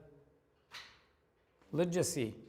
Queen c7, King c7, Queen a6, King b8. Queen a5 now has to go because Queen b6 loses. Queen a5, and this is now drawn. This is now drawn, and I told you that pawn endgame should be drawn because none of these sides cannot, you know, like improve in this game. So after Queen c7, I believe Murzin is closer to draw than ever. Morizzi started to lose his pawns. He's gonna lose all these 3 pawns, and it's a matter of technique and question when is he going to resign this game. And then we're gonna have like a pretty clear picture on the top 50 places. Once again, Sarana, Shevchenko, and Darda tied for first. Most likely Sarana on tie breaks is gonna be first.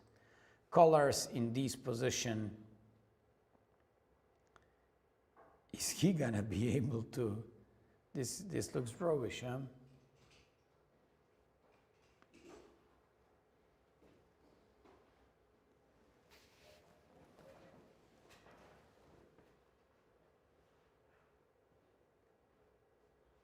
But wait a sec. What is White going to do? White plays this one. Bishop g6. And if I go here now, I'm putting you in Zugzwang. Wait a sec, look at this. So what is White? If you play this, I play this. And I'm threatening the pawn. And if you go here, I'm putting you in Zugzwang, right? Ah, no, King g7. And this one. Aha, but when he goes like this, I go King d7. And yes, colors won this. Yeah, exactly. So this guy resigned. Unbelievable win in the end. Murzin against, yeah, now this is a pawn endgame. This is now drawn. No one can push. No one can win this. And this is now dead drawn. Okay. Colors won. Navarra, every single moment they're about to make draw. Cheparinov is completely winning. Now he's gonna give up one of his pieces to push and promote these ones. And we're gonna have all these games very, very soon finished. Finally here, Stoczek against Rachmanov. Stoczek is about to lose pawn on e6. c3 is unstoppable. This is winning for black. So we were just covering absolutely all the games. Chanel, he's still trying to do something, but looks like Stefansson, Vignir, Vatnar knows how to make draw in this one. And there are no other games on top 90 boards.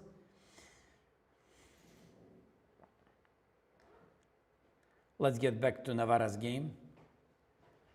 Looking more drawish than ever. If he goes King e4, King goes to b6, and then they will agree on a draw because none of the sides can improve in that position. Murzin in the last couple of rounds showed that he doesn't know only, you know, like openings, middle games, but also holding like a pretty let's just say, slightly worse endgames, he was really holding them well, and that's a big skill as far as I'm concerned. Yes, that's drawn, so they just made a draw, and after quite a big game, they just agreed on a draw. And finally, we have Chaparinov's game. Chaparinov is now completely winning, just like I told you. He's played c4, give up that bishop for the pawn. He's gonna push this pawn on h-file, and it's a matter of technique and time. How is he going to win this one? He just has to push probably h4, a6, c4, and that should be winning for black. He did h4 on a6. I predict c4. That's a relatively easy endgame. And you know, it's always easy when you know what to do and how to play. So if he pushes that a6 pawn, you just open up your bishop. You want to give it up at some point. Knight on e5 holding on f7. Even if he pushes that pawn, once you sack your bishop for the pawn on a7, his rook on a7 is not going to do a good job because it's going to be pretty much locked. So it's really, really completely winning for black. He doesn't even have like a good chance to save this. And Chaparinov was very, very, stubborn there to win this game, and he managed to do it.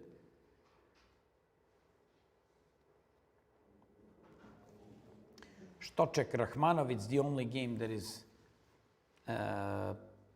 being played there. It's looking winning for Rahmanov. He pushed c2, now king goes on d5, and he's actually going to hide his king here, so it's going to be a pretty dead winning position. Those are the only two games that are ongoing. Chanel is still trying to win. He won't be able to do that. From beats Farley. Big win from German FM. That guy won a GM Norm, I believe. So he fully deserved it. He played great. Chaparinov is now dead winning. I predicted a5, h4, a6, c4, and if a7, just bishop a7, rook a7, and h3. There is also a pawn on c4, so you can't stop all these things. If you move the rook, king takes f6. It's close to the pawn on h4. He cannot even harm that pawn. I believe white is going to resign every single moment.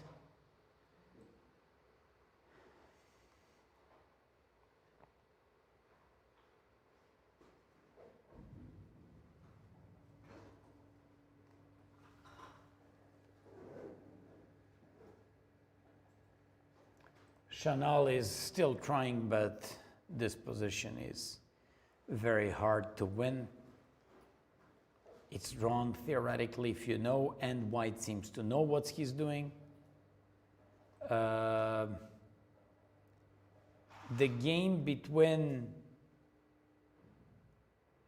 that we've been following all the time is just drawn.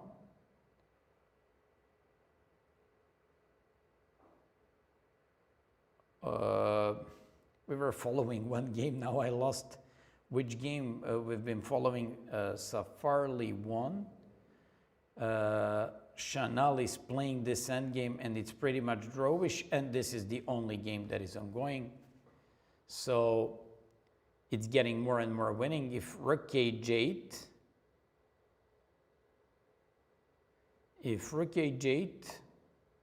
okay, on king e2, probably h2, and if rook h8, knight g4, because bishop is holding the pawn. So guys, Rahmanov won, yeah, that game, Rahmanov won. So guys, every single moment, young Mark Andrea Morizzi is about to resign his game against Chaparinov, or let's put it vice versa, Chaparinov is about to win this game. I really have to thank you for being with us for the past 11 days. Hope that you enjoyed my commentary. It wasn't so easy when you're alone and when you're just trying to commentate and follow all these games. For sure, I was enjoying being here with you. Thanks to the guys in the background as well, Blea and Hakuna. So congratulations, guys, for doing your job as well. I just have to tell you that the biggest winner of this tournament, those are 3 guys on the top. They ended up with 8.5 out of 11. Alexei Sarana, Shevchenko, and Daniel Darda. Looks like Sarana is going to be the winner of this competition. It is going to be decided on the tie breaks. You're going to be able to see that on the chess results or the official channel of the European Chess Union or just site there. Also, I'd like to thank to the organizers for the great organization. And once again, it was a pleasure to be your commentator for the past 11 days. Congratulations to the winners. Congratulations to those who qualified. Congratulations to all those who won the GM and IM norms. And once again, thanks for everything. All the best.